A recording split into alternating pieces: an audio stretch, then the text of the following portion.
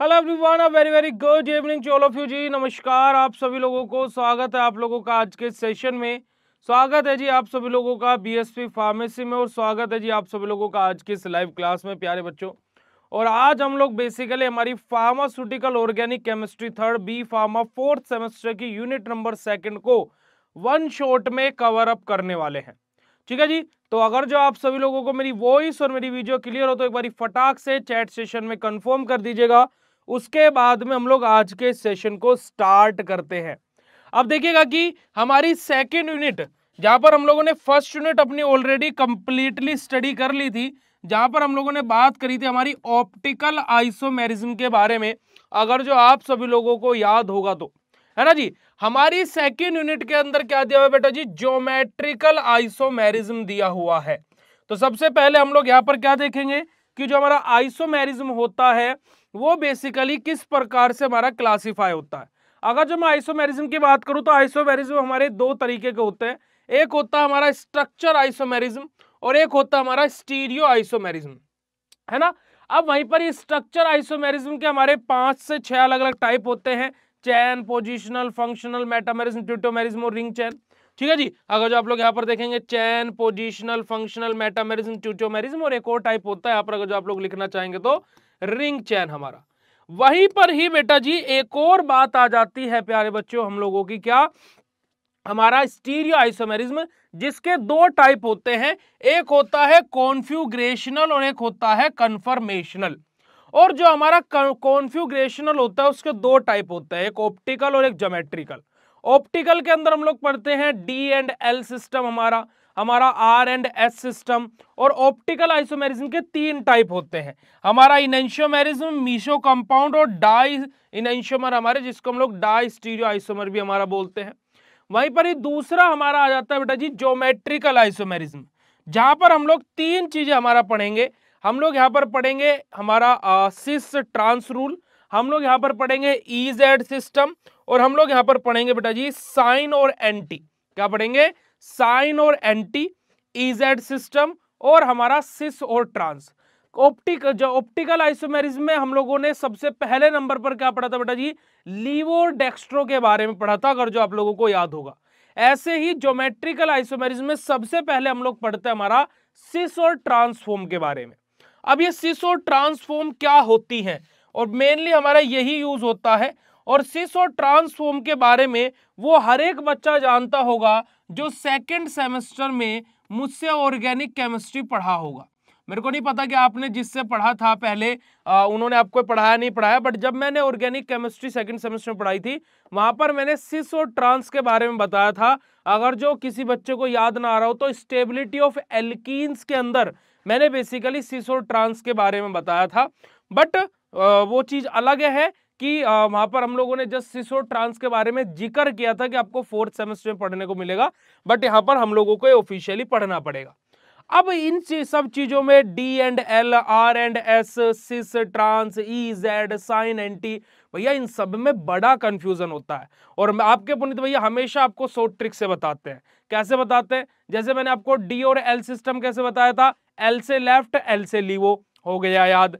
ठीक है जी। ऐसी आर और एस सिस्टम में क्या बताया था, आर से राइट और आर से आर हमारा हो गया। आर से राइट होता तो यानी कि आर वाला कहां को घूमेगा, राइट साइड में घूमेगा। ऐसे सिस और ट्रांस में हमारा क्या होता है बेटा जी, बड़ा ही सिंपल सा कॉन्सेप्ट यहां पर भी आता है। वो क्या है बेटा जी, हमारा सिस मतलब सेम, सिस मतलब सेम, सेम सिस, सेम सिस एक जैसे से लग रहा है ना, सिस मतलब सेम। यानी कि जो कंपोनेंट जिस आइसोमर में हमारे जो कंपोनेंट्स हैं जो जुड़े हुए हैं वो क्या रहेंगे, सेम एक ही जगह पर रहेंगे। एक ही जगह पर मतलब क्या कि एक ही साइड में जुड़े हुए होंगे, या तो इधर हो गए दोनों के दोनों, या दोनों के दोनों एक ही साइड में हो गए, ऐसे, है ना। या तो ये दोनों हो गए, ये दोनों हो गए, ये दोनों हो गए, ये दोनों हो गए। तो ऐसे आइसोमर को हम लोग क्या बोलते हैं, सिस आइसोमर बोलते हैं। बट हम लोग सिस और ट्रांस के बारे में तब बात करेंगे, पहले हम लोग समझेंगे हमारा ज्योमेट्रिकल आइसोमेरिज्म क्या होता है। अच्छा, ऑप्टिकल आइसोमेरिज्म में सबसे ज्यादा बात हमने क्या करी थी, अगर जो बात आपको पता है तो हर्ट वाला इमोजी भेजिएगा प्यारे बच्चों। हम लोगों ने क्या बोला था, ऑप्टिकल आइसोमेरिज्म यानी कि प्लेन पोलराइज का रोटेशन, यही बोला था बेटा जी। ऑप्टिकल आइसोमेरिज्म में क्या बोला था कि प्लेन पोलराइज लाइट का हमारा रोटेशन, यही ऑप्टिकल आइसोमेरिज्म होता है, यही बताया था मैंने आप लोगों को। चलिएगा, अब ज्योमेट्रिकल आइसोमेरिज्म में क्या होता है बेटा जी, जो कार्बन एटम हमारे जुड़े हुए हैं उनके रोटेशन को रेस्ट्रिक्ट किया जाता है, यानी कि वो रोटेट होना भी चाहेंगे तो रोटेट नहीं हो पाएंगे, है ना, क्योंकि यहां पर कार्बन कार्बन के बीच में लगा रहता है डबल बॉन्ड। कौन सा बॉन्ड लगा रहता है बेटा जी, डबल बॉन्ड। तो कार्बन कार्बन का डबल बॉन्ड जुड़ा हुआ हो और उनका रोटेशन रेस्ट्रिक्ट किया जा रहा हो, रोका जा रहा हो, ऐसे ही आइसोमर को हमारे क्या बोलते हैं बेटा जी, ज्योमेट्रिकल आइसोमर बोलते हैं, और इसी फिनोमेना को हम लोग ज्योमेट्रिकल आइसोमेरिज्म बोलते हैं। अब यहां पर अगर जो आप डेफिनेशन में देखेंगे तो आपको और भी अच्छे से क्लियर होगा। यहां पर अगर जो आप लोग आएंगे कि the isomerism which arise due to restrict rotation about double bond in a molecule, क्या है कि हमारा ऐसा आइसोमेरिज्म जो कैसे अराइज हुआ, जब रोटेशन को रेस्ट्रिक्ट किया जाए, यानी कि रोटेशन को रोका जाए, मना किया जाए, किस चीज के लिए बेटा जी, डबल बॉन्ड के अराउंड, जो कार्बन के एटम के अराउंड डबल बॉन्ड लगे हुए हैं उनके रोटेशन को जब रेस्ट्रिक्ट किया जाए किसी मॉलिक्यूल के लिए, और about single bond in cyclic compound is known as geometrical isomerism. और क्या है, इसी को हम लोग क्या बोलते हैं बेटा जी, हमारा ज्योमेट्रिकल आइसोमेरिज्म बोलते हैं। हम लोग ज्योमेट्रिकल आइसोमेरिज्म को बेटा जी हमारा सिस ट्रांस आइसोमर भी बोलते हैं। ज्योमेट्रिकल आइसोमेरिज्म को हम लोग हमारा सिस ट्रांस आइसोमर भी बोलते हैं। अब जैसे आप यहाँ पर ये एग्जांपल देखोगे, क्या एग्जांपल लिया हुआ है बेटा जी, यहाँ पर कार्बन डबल बॉन्ड कार्बन है, यहाँ पर Cl लगा है, यहाँ पर हाइड्रोजन लगा है, यहाँ पर Cl लगा है और यहाँ पर भी हाइड्रोजन लगा है। अब अगर जो आप इसी को मैं कन्वर्ट करके लिख देता हूं ऐसे, कार्बन डबल बॉन्ड कार्बन है, यहाँ पर हाइड्रोजन है, यहाँ पर हाइड्रोजन है, ठीक है जी, यहाँ पर Cl लगा है और यहाँ पर Cl लगा है। अगर जो देखा जाए तो दोनों ही कंपाउंड का मॉलिक्यूलर फॉर्मूला सेम है, दोनों ही कंपाउंड का सेम मॉलिक्यूलर फॉर्मूला है।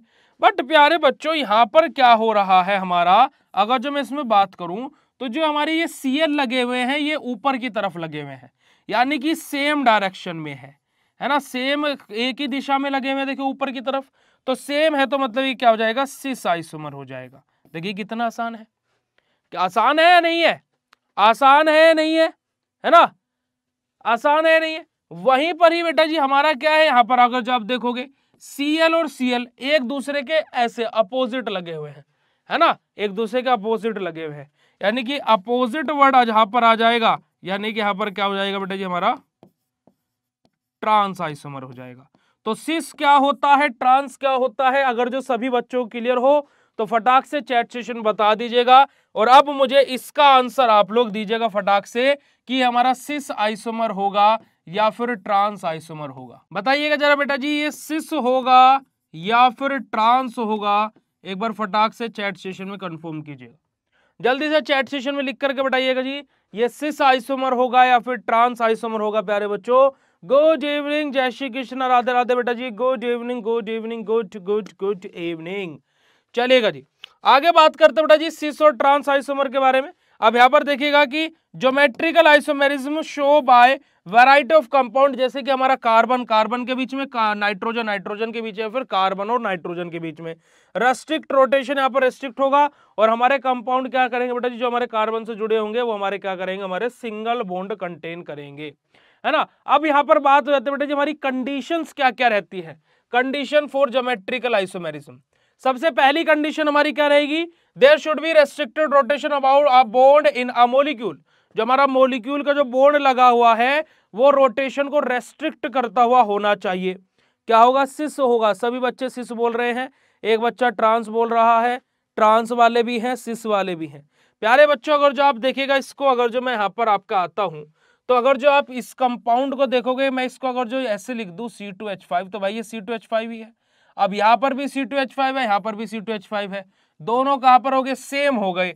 अब जो सेम होता है वो ही तो सिस होता है। अब जो बच्चा इस क्वेश्चन का आंसर सिस दे रहा था, मतलब ये समझिए कि आपको थोड़ा थोड़ा आने लगी हैं चीजें, और जो ट्रांस बोल रहा था तो बेटा you have to work on that, work on that, work on that, ठीक है जी। चलेगा, तो पहला हमारा क्या हो गया कि जो बॉन्ड हमारे प्रेजेंट होंगे वो रोटेशन को रेस्ट्रिक्ट करते हुए होने चाहिए। दूसरा हमारा क्या हो गया, both substituted on each carbon about which rotation axis should be different. हमारे क्या बात बोली बेटा जी यहाँ पर कि अब जो हमारे जो रोटेशन रेस्ट्रिक्ट होता हुआ रहेगा, जो रोटेशन रेस्ट्रिक्ट होता हुआ रहेगा, यहां पर क्या होना चाहिए हमारा बेसिकली बेटा जी कि हमारे जो कार्बन की एक साइड में, कार्बन की एक साइड बोले तो जैसे कि यहां पर अगर जो आप लोग देखोगे तो हमारा क्या बोल रहे हैं हम लोग, कार्बन और कार्बन के बीच में डबल बॉन्ड है, ठीक है। अब इनके पास में जो भी बॉन्ड रहेंगे वो रोटेशन को रेस्ट्रिक्ट होते हुए होने चाहिए, ये भी सही बात है, चलिएगा। बट तीसरी कंडीशन क्या है कि एक ही कार्बन पर दो सेम एटम अटैच नहीं हो सकते हैं, एक ही कार्बन पर दो सेम एटम अटैच नहीं हो सकते हैं कि इस पर दोनों ए अटैच हो गए और इस पर दोनों बी भी अटैच हो गए, तो ऐसा नहीं चलेगा, है ना। वो बोलता है ना ई चोलबे ना, बंगाली लैंग्वेज में बोलता है ई चोलबे ना, है ना। तो ऐसा हमारा नहीं चलेगा बेटा जी। सो हमारा क्या बोला गया है कि कार्बन के पास में जो वन साइडेड कार्बन के जो बॉन्ड्स हैं उसकी जो दोनों चीजें अटैच रहेंगी वो डिफरेंट डिफरेंट हमारी होनी चाहिए। अब देखो ये दोनों डिफरेंट हो गए, ये दोनों डिफरेंट हो गए। अब मुझे ये बताइएगा बेटा जी प्यारे बच्चों कि ये हमारा सिस होगा या फिर ट्रांस होगा, ये बेटा जी हमारा सिस होगा या फिर प्यारे बच्चों ये हमारा ट्रांस आइसोमर होगा। एक बार फटाक से चैट सेशन में कंफर्म कर देंगे भाई, है ना, ठीक है जी। चलिएगा आ जाइएगा। अब यहां पर दूसरा नियम समझ में आ गया कि हमारा क्या बोला गया है। बात करते बेटा जी नोमेनक्लेचर ऑफ ज्योमेट्रिकल आइसोमेरिज्म के बारे में। अब ज्योमेट्रिकल आइसोमेरिज्म का हमारा तीन तरीके से नोमेनक्लेचर होता है, सिस ट्रांस, इजेड हमारा और हमारा साइन और एंटी। क्या होता है बेटा जी, हमारा सिस और ट्रांस रहेगा, इजेड रहेगा और साइन और एंटी नोमेनक्लेचर रहेगा। तो सबसे पहले हम लोग समझते हैं हमारे किसके बारे में बेटा जी, हमारे सिस और ट्रांस नोमेनक्लेचर के बारे में, जिसके बारे में हम लोगों को मोटा मोटा से तो आने लगा कि सिस क्या होता है, ट्रांस क्या होता है। अब उसके कुछ नियम पढ़ लेते हैं। The compound shows this type of nomenclature due to the restricted rotation about carbon carbon double bond. कि अब हमारा जो भी कंपाउंड, हमारा ये जो नोमेनक्लेचर है कौन सा बेटा जी, हमारा सिस और ट्रांस वाला, ये कब शो करता है, जब कार्बन कार्बन के बीच में जो डबल बॉन्ड प्रेजेंट है वो एक दूसरे का रोटेशन क्या कर रहे हो, रेस्ट्रिक्ट कर रहे हो, यानी कि एक दूसरे के रोटेशन को रोक रहे हो। वहीं पर ही दूसरी बात क्या बोली गई है, compound should have at least one double bond between carbon carbon. जो भी हम यहाँ पर कंपाउंड लेंगे प्यारे बच्चों, उनका वो कंपाउंड क्या रहेगा, जो दो कार्बन रहेंगे वहां पर उन दोनों कार्बनों के बीच में डबल बॉन्ड होना, प्रेजेंट होना जरूरी है, यानी कि डबल बॉन्ड कार्बन कार्बन के बीच में होना जरूरी है। नेक्स्ट बात करते हैं एटलीस्ट वन सिमिलर एटम या फिर group between both double bond carbon restrict rotation.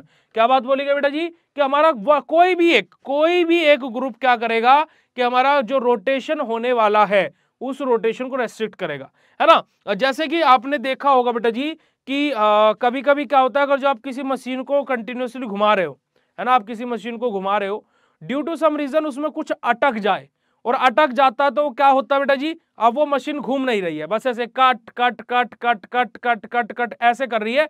अब वो जैसे घूम पा रही थी वैसे घूम नहीं रही है, मशीन घूमना चाहती है पर उसमें एक ऐसा मॉलिक्यूल, ऐसा कोई सब्सटेंस आकर के फंस गया जो उसके रोटेशन को अब क्या करने लगा है बेटा जी, रेस्ट्रिक्ट करने लगा है। वही चीज यहां पर बोली गई है कि हमारा कोई ना कोई एक ऐसा मॉलिक्यूल या फिर कोई ना कोई एक ऐसा बॉन्ड हमारा बनेगा जो बेसिकली क्या करेगा, इस पूरे एंटायर जो हमारा कंपाउंड है इसके रोटेशन को रेस्ट्रिक्ट कर देगा, इसके रोटेशन को बेटा जी रोक देगा। अगर जो बात क्लियर हो रही हो तो फटाक से हार्ट वाला इमोजी भेज दीजिएगा। सिस मतलब क्या होता है बेटा जी, सेम हमारा, और ट्रांस मतलब क्या होता है बेटा जी, हमारा अपोजिट, है ना। सिंपल सी बात हमने आप लोगों को बता दी है। अब यहां पर कुछ आपके लिए एग्जांपल्स लिए गए हैं, प्रैक्टिस के लिए मैंने आपसे ऑलरेडी एग्जांपल्स पूछ लिए हैं। अब हम लोग बात करेंगे बेटा जी हमारे इजेड नोमेनक्लेचर के बारे में। हम लोग किसके बारे में बात करेंगे, इजेड नोमेनक्लेचर के बारे में। बट अगर जो आप लोगों को यहां तक की बात क्लियर हो तो फटाक से हर्ट वाला इमोजी चैट सेशन में भेज दो। देखिए बोलने को बहुत हार्ड केमिस्ट्री बोली जाती है, ये जो केमिस्ट्री मैं आपको बता रहा हूं ये बहुत हार्ड बोली जाती है, बट हमारे लिए हार्ड नहीं है और हमारे बच्चों के लिए भी बिल्कुल भी नहीं हार्ड होने वाली है। अभी तक हम लोग सिस और ट्रांस को पढ़ चुके हैं और अभी तक के लेक्चर में अगर जो मैं सिंपल सा सार दूं तो क्या पढ़ा हम लोगों ने कि हमारा ऑप्टिक ज्योमेट्रिकल आइसोमेरिज्म वो आइसोमेरिज्म होता है जहां पर डबल बॉन्ड के कार्बन डबल बॉन्ड के अराउंड रहते हैं, है ना। और जो क्या है रोटेशन को क्या किया जाता है, यहाँ पर रेस्ट्रिक्ट किया जाता है। और जो हमारा ज्योमेट्रिकल आइसोमेरिज्म होता है उसका नोमेनक्लेचर 3 प्रकार के किया जाता है, सिस, ट्रांस, ई, जेड और हमारा साइन और एंटी। और ये सिस मतलब क्या होता है सेम, ट्रांस मतलब क्या होता है अपोजिट, ये सब कुछ हम लोगों ने पढ़ा। अब हम लोग बात करते हैं बेटा जी ई जेड नोमेनक्लेचर के बारे में। अब ई जेड नोमेनक्लेचर के बारे में बात करें तो ई मतलब क्या होता है बेटा जी अपोजिट, और जेड मतलब क्या होता है बेटा जी हमारा टुगेदर यानी कि सेम। ठीक है जी। अब अगर जो यहाँ पर बात करेंगे आप लोग, तो in this nomenclature of geometrical isomerism is more general and can be applied on all the compounds. अब क्या है कि देखिए जो हमारा ये वाला नोमेनक्लेचर है हमारा कौन सा ई जेड वाला, बेसिकली एक तो हमारा क्या है more accurate more general use होने वाला मेथड है, साथ ही ये सभी के सभी कंपाउंड्स पर अप्लाई हो जाता है। क्या हो जाता है, सभी के सभी कंपाउंड्स पर हमारा बेसिकली ये जो कौन हमारा ई जेड नोमेनक्लेचर बेटा जी अप्लाई हो जाता है। It is based on sequence rule, हमारा क्या बेटा जी हमारा CPR CIP रूल के अकॉर्डिंग, बेसिकली CIP रूल जो हमारा है, जो सीक्वेंस रूल हम लोगों ने फर्स्ट यूनिट में भी देखा था, ये हमारा जो ई जेड नोमेनक्लेचर है हमारा किसके ऊपर, सीक्वेंस रूल के ऊपर डिपेंड करता है। The group of the highest priority on each carbon atom is identified by using the sequence rule. हम लोग क्या करते हैं सीक्वेंस रूल के थ्रू जो भी हमारे जो कार्बन एटम है उनके जो मॉलिक्यूल्स हैं, जो हायर प्रायोरिटी मॉलिक्यूल्स है। अब देखो कार्बन के पास में भाई क्या था, अगर जो आप लोग यहाँ पर देखोगे तो 1 और 2 मैं मानता हूं कि ये मेरा हायर प्रायोरिटी है, लोअर प्रायोरिटी है। ठीक है जी, सीक्वेंस रूल के अकॉर्डिंग मैं बात कर रहा हूं अभी। वहीं पर मैंने यहाँ पर क्या देखा कि ये मेरा हायर प्रायोरिटी है और ये मेरा लोअर प्रायोरिटी है। ठीक है जी। अब हायर प्रायोरिटी ग्रुप कहां पर हो गए बेटा जी, सेम डायरेक्शन में हो गए। अब सेम मतलब टुगेदर मतलब क्या हो जाएगा बेटा जी हमारा ये, ठीक है, तो यही हमारा क्या बोलता है सीक्वेंस रूल बोलता है। अब देखिएगा ई मतलब क्या है, if the higher priority group are on the same side of the double bond, अगर जो हमारे हायर प्रायोरिटी ग्रुप्स हैं अगर जो वो सेम साइड, एक सेकंड, तो ये मतलब क्या होता है बेटा जी जो हमारे हायर प्रायोरिटी ग्रुप रहेंगे अगर जो वो अपोजिट डायरेक्शन में है तो हमारा क्या रहेगा ई रहेगा, और जो हमारा अगर जो वो सेम डायरेक्शन में है तो वो हमारा क्या रहेगा बेटा जी जेड रहेगा। तो यहाँ पर अगर जो आप अगले वाली स्लाइड पर आएंगे तो एग्जाम्पल में आप लोग यहाँ पर देख भी सकते हो। मैंने यहाँ पर क्या किया, मैंने इसको क्या है 2 पार्ट में पहले इसको डिवाइड किया। इधर वाले कार्बन के पहले देखा हायर प्रायोरिटी ग्रुप कौन सा है, ये हमारा पहले नंबर पर आया Br, और ये हमारा दूसरे नंबर पर आया भाई इनका एटॉमिक नंबर देखते हुए, है ना। वहीं पर हायर प्रायोरिटी ग्रुप यहाँ पर देखा जाए तो F पर हमारा क्या हायर प्रायोरिटी ग्रुप में सेकंड नंबर आया और Cl पर हमारा पहला नंबर आया। तो हमारा क्या देखेगा ये और ये पहले नंबर क्या है अपोजिट डायरेक्शन में जुड़े हुए हैं तो हमारा क्या होगा ई आइसोमर होगा। वहीं पर यहाँ पर higher priority group same direction में जुड़े हुए हैं तो हमारा क्या होगा बेटा जी हमारा बेसिकली ये जेड होगा। ठीक है जी। तो हम लोग क्या है इस तरीके से हमारा चेक करते हैं हमारे किसको बेटा जी हमारे ई और जेड नोमेनक्लेचर को, जो कि मैंने यहाँ पर आप लोगों को बताया। बात क्लियर हो तो फटाक से हर्ट वाला इमोजी चैट सेशन में भेज दीजिएगा प्यारे बच्चों, है ना, फटाफट चैट सेशन में भेज दीजिएगा प्यारे बच्चों। फिर हम लोग बात करेंगे हमारे साइन और एंटी के बारे में, फिर उसके बारे में हम लोग बात करेंगे साइन और एंटी के बारे में। अभी तक देखिएगा जो हमारा सिस ट्रांस है ई जेड है ना, वो अब कहां पर अप्लाई हो रहा था बेटा जी हमारा, वो हो रहा था कार्बन और कार्बन के बीच में जो डबल बॉन्ड है। बट जो हमारा साइन और एंटी वाला है ये कहां पर अप्लाई होगा बेटा जी, कार्बन और नाइट्रोजन के बीच में जो बॉन्ड्स हैं और नाइट्रोजन के बीच में जो बॉन्ड्स हैं यहां पर हमारा अप्लाई होगा कौन बेटा जी, इस स्पेसिफिक केस में हमारा अप्लाई होता है एक स्पेसिफिक नोमेनक्लेचर जिसको हम लोग साइन और एंटी के नाम से जानते हैं, है ना। अब देखिएगा this type of nomenclature show by those compound which have at least 1 carbon nitrogen या फिर नाइट्रोजन नाइट्रोजन। ये हमारा जो साइन और एंटी है बेसिकली ये नोमेनक्लेचर कहां पर शो होता है, मेनली हमारा वहां पर शो होता है जहां पर कार्बन और नाइट्रोजन डबल बॉन्ड हो और नाइट्रोजन डबल बॉन्ड प्रेजेंट हो, और यही बात मैंने आपको जस्ट बताई। अब यहाँ पर साइन मतलब साइन का एस मतलब और एस मतलब क्या होता है सेम, तो साइन मतलब होता है बेटा जी हमारा क्या सेम, और एंटी मतलब क्या होता है यानी कि उल्टा यानी कि अपोजिट, यानी कि अपोजिट। ठीक है। अब हम लोग क्या है सेम और अपोजिट कैसे चेक करेंगे, यहाँ पर अगर जो आप लोग देखेंगे इस आप एग्जाम्पल में देखिएगा कि सेम और अपोजिट हम लोग किस प्रकार से चेक करते हैं। यहां पर आप अगर जो इस OH को देखोगे, है ना, ये OH हमारा क्या है, जो हमारा बेसिकली जो कंपाउंड लगा हुआ है इसकी सेम डायरेक्शन में जुड़ा हुआ है ना, जो हमारा यहाँ पर ये कंपाउंड है तो ये हमारा क्या होगा बेटा जी हमारा साइन हो गया। वहीं पर ही यहाँ पर अगर जो हम लोग इस OH को देखेंगे हमारा जो इसके रेस्पेक्ट में ये वाला जो कंपाउंड है वो क्या जुड़ा हुआ है अपोजिट डायरेक्शन में, क्योंकि देखो अगर जो आप इसको हल्का सा घुमाओगे, आप प्यारे बच्चों देखो, अब आपको सोचोगे भैया ये तो आप देख करके बता रहे हो, देखो उसको ऐसे एग्जाम्पल के तौर पर बताते हैं। इधर आओ, हमारा क्या स्ट्रक्चर था, ये था ना, क्योंकि आप लोगों में से अभी बहुत सारे बच्चे बोलते भैया आप तो देख करके बता रहे हो। अगर जो मैं इस नाइट्रोजन को सेंटर ऑफ द मास मानूं, ये डबल बॉन्ड कार्बन मेरा आ जाएगा। इस कार्बन के यहां पर मेरा प्रेजेंट है ये हाइड्रोजन, कार्बन के साथ में हाइड्रोजन जुड़ा हुआ है, और इस कार्बन के इस वाली जगह पर प्रेजेंट है बेटा जी मेरी ये साइक्लिक रिंग, ठीक है, और ये OH ग्रुप मेरा जुड़ा हुआ है यहां पर।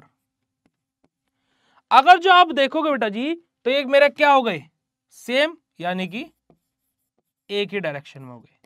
वहीं पर ही दूसरे स्ट्रक्चर में अगर जो आप यहां पर देखोगे तो स्ट्रक्चर में बिल्कुल सारी चीजें सेम है, बस क्या चेंज हुआ है बेटा जी, ये जो हमारा हाइड्रोजन है ये ऊपर की तरफ चला गया है, और जो ये साइक्लिक रिंग है वो यहां पर आ गई है। अब ये OH तो अभी भी वहीं पर ही लगा हुआ है बेटा जी, बट इन दिस कंडीशन जो मेरा ये है ना, अब क्या हो गया, ये जो मेरा OH है और ये है, ये दोनों एक दूसरे के अपोजिट डायरेक्शन में चले गए, तो इस वजह से हमारा क्या हो गया बेटा जी, हमारा एंटी हो गया। तो साइन और एंटी का कॉन्सेप्ट समझ में आया। तो देखिए सिस और ट्रांस, सिस मतलब सेम, ट्रांस मतलब क्या बेटा जी हमारा अपोजिट, ये हमने बताया आपको, ठीक है। उसके बाद हमने EZ में क्या बताया, E मतलब अपोजिट, Z मतलब सेम, और EZ हमारा सबसे ज्यादा मोस्ट कॉमनली और सबसे ज्यादा यूज होने वाला और ऑलमोस्ट सभी कंपाउंड में यूज होने वाला हमारा नोमेनक्लेचर है। साइन और एंटी की जरूरत क्यों पड़ी, क्योंकि कि हमारा जो सिस और ट्रांस था, सिस और ट्रांस था, या फिर मैं बात करूं हमारा E और Z था, ये दोनों के दोनों ही हमारे अप्लाई हो रहे थे कार्बन कार्बन के बीच में डबल बॉन्ड के साथ में। बट जो हमारा साइन और एंटी का केस है, साइन एंड एंटी का जो केस है, ये हमारा अप्लाई हो रहा है बेटा जी किसके लिए, हमारा कार्बन डबल बॉन्ड नाइट्रोजन, या फिर carbon double bond sorry nitrogen double bond nitrogen के लिए। क्लियर है प्यारे बच्चों जी बात। तो हमारा साइन और एंटी भी जिस बच्चे को क्लियर हो गया हो वो फटाक से चैट सेशन में कंफर्म कर देगा। फिर हम लोग बात करेंगे method of determination of configuration of geometrical isomerism के बारे में। फटाक से हार्ट वाला इमोजी चैट सेशन भेज दीजिएगा बेटा जी, अगर जो आप सभी लोगों को ये बात बिल्कुल सरल भाषा में क्लियर हो गई हो तो। अब हम लोग बात करते हैं कि हमारे कौन कौन से अलग अलग मेथड्स हैं कॉन्फ़िगरेशन के, किसके, ज्योमेट्रिकल आइसोमेरिज्म के। तो यहाँ पर अगर जो हम लोग बात करें तो there are many method to determine the configuration of geometrical isomerism, but mainly 3 method.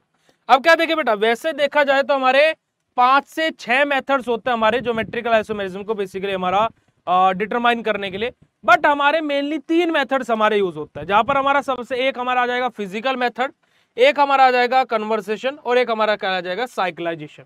अब मैं इन तीनों ही मेथड को अगर जो यहाँ पर आपको बिल्कुल सिंपल, सरल और आसान भाषा में एक्सप्लेन कर दूं, सार बता दूं, तो आपको पता लग जाएगा कि हाँ क्या कौन सा क्या होता है, ठीक है। अब देखिएगा यहाँ पर क्या होता है बेटा जी, हमारा साइक्लाइजेशन मेथड में हमारा क्या होता है। साइक्लाइजेशन मेथड में हम लोग क्या करते हैं बेटा जी, हमारा क्या करते हैं, जो कंपाउंड हमें दिया गया है, ठीक है, हम उसको कन्वर्ट करते हैं साइक्लिक में, साइक्लिक फॉर्म में, ठीक है। अब यहां पर क्या होता है, एक कोई कंपाउंड हमारा ऐसा है कि जो रैपिडली फॉर्म हो गया, एक हमारा ऐसा है जो फॉर्म तो हो रहा है बट स्लोली फॉर्म हो रहा है, या फिर फॉर्म हो ही नहीं रहा है, हो ही नहीं रहा है। तो उस कंडीशन के बेसिस पर हम लोग बेटा जी हमारा बेसिकली सिस और ट्रांस आइसोमर का डिटर्मिनेशन करते हैं। ऐसे हमारा कन्वर्जन मेथड में होता है। कन्वर्जन मेथड में क्या होता है कि मेरा एक्स नामक कंपाउंड है, मुझे ये नहीं पता कि ये सिस है या ट्रांस है, पर मैं इसको ऐसे कंपाउंड में कन्वर्ट कर दूं, ऐसे कंपाउंड में मेरा ये कन्वर्ट हो जाता है, या फिर मेरा एक ऐसे कंपाउंड में कन्वर्ट हो जाए ये कि जिसका मुझे भली बात ही पता है कि ये सिस है या ट्रांस है ना। तो बेटा बेसिकली यहाँ पर हमारा दूसरा तरीका होता है कन्वर्जन करके। तीसरा हमारा होता है फिजिकल मेथड, कि हमारी जो फिजिकल प्रॉपर्टी होती है, जैसे बॉइलिंग पॉइंट हो गया, मेल्टिंग पॉइंट हो गया, डाइपोल मोमेंट हो गया, या फिर हमारा क्या है कोऑर्डिनेशन को हमारा सोल्यूबिलिटी हो गई, है ना। तो ये जो सारी चीजें हैं तो हमारी कोई सिस फॉर्म की ज्यादा होती है, किसी में ट्रांसफॉर्म की ज्यादा होती है। फिजिकल मेथड के बारे में, राइट, किसके बारे में बात करें तो हम लोग फिजिकल मेथड के बारे में, ओके। चलिए अब फिजिकल मेथड में हमारा क्या होता है, जैसे कि देखिएगा हम लोग फिजिकल मेथड में क्या क्या लेते हैं, हमारी boiling point, density, dipole moment, refractive index, solubility and dissolution constant of cis isomer are greater than the trans isomer. अभी इससे हमारा क्या मतलब निकला भैया, हमारे तो समझ में नहीं आया। जैसे कि मैं यहां पर बात करूं बेटा जी, मैंने क्या लिया, मेरे पास में दो कंपाउंड्स हैं, ऐसे समझिए मेरे पास में दो कंपाउंड है, एक है कंपाउंड ए और एक है कंपाउंड बी। अब मुझे नहीं पता है कि इनमें से कौन सा सिस है और कौन सा ट्रांस है, ठीक है। अभी हमें ऐसा कुछ भी नहीं पता है कि इसमें से कौन सा सिस है और कौन सा ट्रांस है। तो मैंने क्या देखा, इसमें से मैंने चेक किया कि इन दोनों में से मैंने चेक किया बॉइलिंग पॉइंट को। मैंने क्या चेक किया बेटा जी, बॉइलिंग पॉइंट को चेक किया प्यारे बच्चों। जब मैंने बॉइलिंग पॉइंट को चेक किया तो मेरा ए वाले का बॉइलिंग पॉइंट ज्यादा निकला as compare to B. And मेरा फिजिकल मेथड क्या बोलता है कि जो सिस आइसोमर होते हैं उनका बॉइलिंग पॉइंट ज्यादा होता है as compare to trans isomer. तो यहां से मुझे क्या पता लग गया प्यारे बच्चों कि ए मेरा क्या है, सिस है, और बी मेरा क्या है बेटा जी, ट्रांस है। तो समझ में आया बेटा जी, फिजिकल मेथड के थ्रू हम लोग कैसे हमारे ज्योमेट्रिकल आइसोमेरिज्म को क्या करते बेटा जी, डिफाइन करते हैं कि कौन सा सिस है कौन सा ट्रांस है। अगर जो क्लियर हो तो फटाक से हर्ट वाला इमोजी चैट सेशन में भेज दीजिएगा। तो यहां पर अगर जो आप लोग देखोगे बेटा जी, फिजिकल मेथड यानी कि फिजिकल प्रॉपर्टी के बेसिस पर देखिएगा, जो हमारे सिस आइसोमर रहेंगे, जो सिस वाले रहेंगे है ना, उनका क्या होगा, बॉइलिंग पॉइंट ज्यादा रहेगा, refractive index, solubility, density et cetera et cetera, तो ये सब क्या रहेंगे हमारे सिस आइसोमर के ट्रांस आइसोमर से ज्यादा रहेंगे। वहीं पर ही हमारा मेल्टिंग पॉइंट है ना, हमारा इंटेंसिटी ऑफ एब्जॉर्प्शन, अगर जो आप लोग यहाँ पर देखोगे intensity of absorption melting point जो है वो ट्रांस आइसोमर की ज्यादा रहेगी सिस से। जैसे कि मान लीजिए यहाँ पर क्या हुआ मेरा कि मेरा बी वाले का जो मेल्टिंग पॉइंट है, बी वाले का जो मेल्टिंग पॉइंट है वो ए वाले से ज्यादा है ना। मुझे बॉइलिंग पॉइंट नहीं पता था, मुझे मेल्टिंग पॉइंट पता लग गया है ना, मुझे मेल्टिंग पॉइंट पता लग गया, ठीक है जी। अब यहां पर अगर जो देखेंगे तो जो मेरा क्या है बेटा जी, जो मेरा क्या है ए है, तो इसका क्या बेटा जी, जो मेल्टिंग पॉइंट है वो कम है एज कंपेयर टू बी। तो मुझे दोनों का मेल्टिंग पॉइंट पता था, और मेरा फिजिकल मेथड क्या बोलता है कि जिसका मेल्टिंग पॉइंट ज्यादा वो ट्रांस। तो मेरा क्या हो जाएगा बेटा जी, मेल्टिंग पॉइंट ज्यादा किसका, बी का है, मतलब ये मेरा क्या हो जाएगा, ट्रांस हो जाएगा। ठीक है प्यारे बच्चों, बात क्लियर है, यस और नो फटाक से चैट सेशन में कंफर्म कर दीजिएगा। बेटा जी क्लास बंद करके रीजॉइन कर लीजिए, क्लास आपको शो हो जाएगी, ठीक है, रीजॉइन कर लीजिए प्यारे बच्चों। क्लियर है प्यारे बच्चों बात, ठीक है। चलिएगा जी आगे की तरफ मूव करते हैं, आगे की तरफ मूव करते हैं। फिजिकल मेथड समझ में आया कि क्या बला है फिजिकल मेथड। आगे बात करते हैं बेटा जी हमारे साइक्लाइजेशन मेथड के बारे में। अब ये भी वही मैंने क्या बताया था कि हम लोग साइक्लिक फॉर्म में कन्वर्ट कर देंगे। अब देखिएगा कि मेथड्स ऑफ साइक्लाइजेशन की cis isomer undergo cyclization much more rapidly than the trans isomer. अब आप बोलो भैया इतनी इंग्लिश समझ में आती तो आपका कोर्स ही खरीदते क्या। कोई बात नहीं, कोई बात नहीं, अभी हम बता देते हैं ना, क्यों परेशान होते हो। चलिएगा अब देखिएगा बेटा जी, मेरे पास में दो तरीके कंपाउंड है, एक है ए और एक है बी। अभी मुझे नहीं पता कि इनमें से कौन सा सिस है, कौन सा सिस है और कौन सा ट्रांस है। अब इसका पता करने के लिए मैंने क्या किया, इन दोनों को साइक्लाइजेशन रिएक्शन के अंदर भेज दिया, है ना, है ना। हमारा क्या बेटा जी कि हमने इसको क्या कर दिया, दोनों को साइक्लाइजेशन रिएक्शन के अंदर भेज दिया।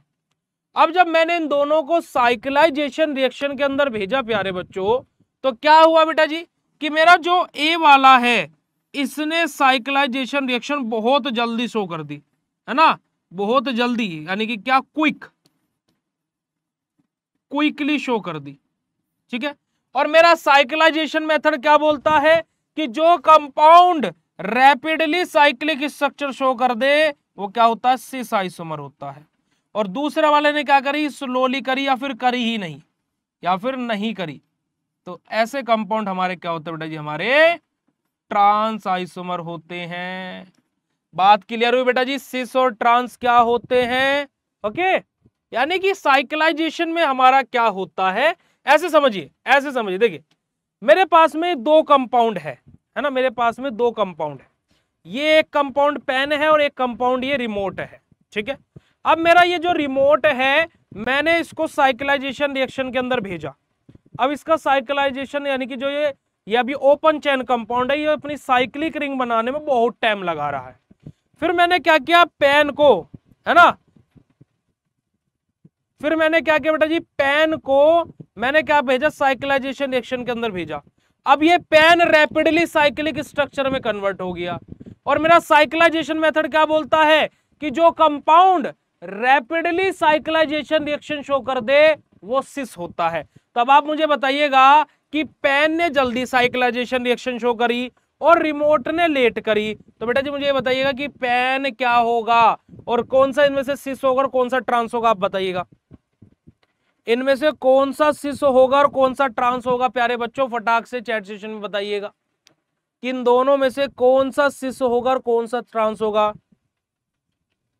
जल्दी बोलिएगा फटाफट, फटाक सब, फटाक से जल्दी जल्दी जल्दी जल्दी बताइएगा चैट सेशन में कि इनमें से कौन सा सिस होगा कौन सा ट्रांस होगा। पेन सिस होगा, वेरी गुड। तो सिंपल सा कॉन्सेप्ट है कि जो जल्दी साइक्लाइजेशन रिएक्शन शो कर देता है वो कंपाउंड सिस होता है और जो लेट साइक्लाइजेशन रिएक्शन शो करता है या फिर करता ही नहीं है वो ट्रांस होता है, ठीक है जी। ऐसे ही हम लोगों ने बेटा जी फिजिकल प्रॉपर्टीज के अंदर पढ़ा। अभी बहुत सारे बच्चे बोल रहे हैं कि सर फिजिकल वाला समझ में नहीं आया। देखिएगा हमारी जो फिजिकल प्रॉपर्टीज होती है, फिजिकल प्रॉपर्टीज कौन सी होती है, लाइक बॉइलिंग पॉइंट, जैसे कि हमारा बेटा जी डाइपोल मूवमेंट, जैसे कि हमारा बेटा जी रिफ्रैक्टिव इंडेक्स, ठीक है। एक कुछ हमारी फिजिकल प्रॉपर्टीज होती है जैसे कि हमारा मेल्टिंग पॉइंट हो गया, है ना, जैसे कि हमारा क्या है इंटेंसिटी ऑफ एब्जॉर्प्शन हो गया। हमारी कुछ फिजिकल प्रॉपर्टीज ये होती है, दो तरीके की फिजिकल प्रॉपर्टी है, ठीक है। फिजिकल मेथड क्या बोलता है कि मैं कैसे पता करूंगा कि मेरा ए सिस है ट्रांस है या बी सिस है ट्रांस है, मैं कैसे पता करूंगा।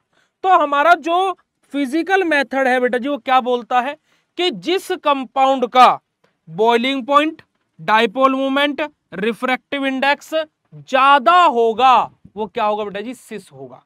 यानी कि ऐसे समझिए कि मेरा जो ये पेन है और जो मेरा ये रिमोट है, तो मेरे रिमोट का बॉइलिंग पॉइंट पेन से ज्यादा है, रिमोट का बॉइलिंग पॉइंट पेन से ज्यादा है। तो अब आप खुद बताइएगा कि मैंने आपको क्या बताया कि जिसका बॉइलिंग पॉइंट ज्यादा वो सिस और जिसका बॉइलिंग पॉइंट कम वो ट्रांस। तो अब बताइएगा कि रिमोट का बॉइलिंग पॉइंट ज्यादा है और पेन का बॉइलिंग पॉइंट कम है, तो इनमें से सिस कौन सा होगा और ट्रांस कौन सा होगा, इनमें से सिस कौन सा होगा और ट्रांस कौन सा होगा, बताइएगा। देखिए रिमोट का मेल्टिंग पॉइंट ज्यादा है और पेन का मेल्टिंग पॉइंट कम है, sorry boiling point, very good बेटा जी। तो हमारा रिमोट क्या होगा, सिस होगा क्योंकि इसका बॉइलिंग पॉइंट ज्यादा है।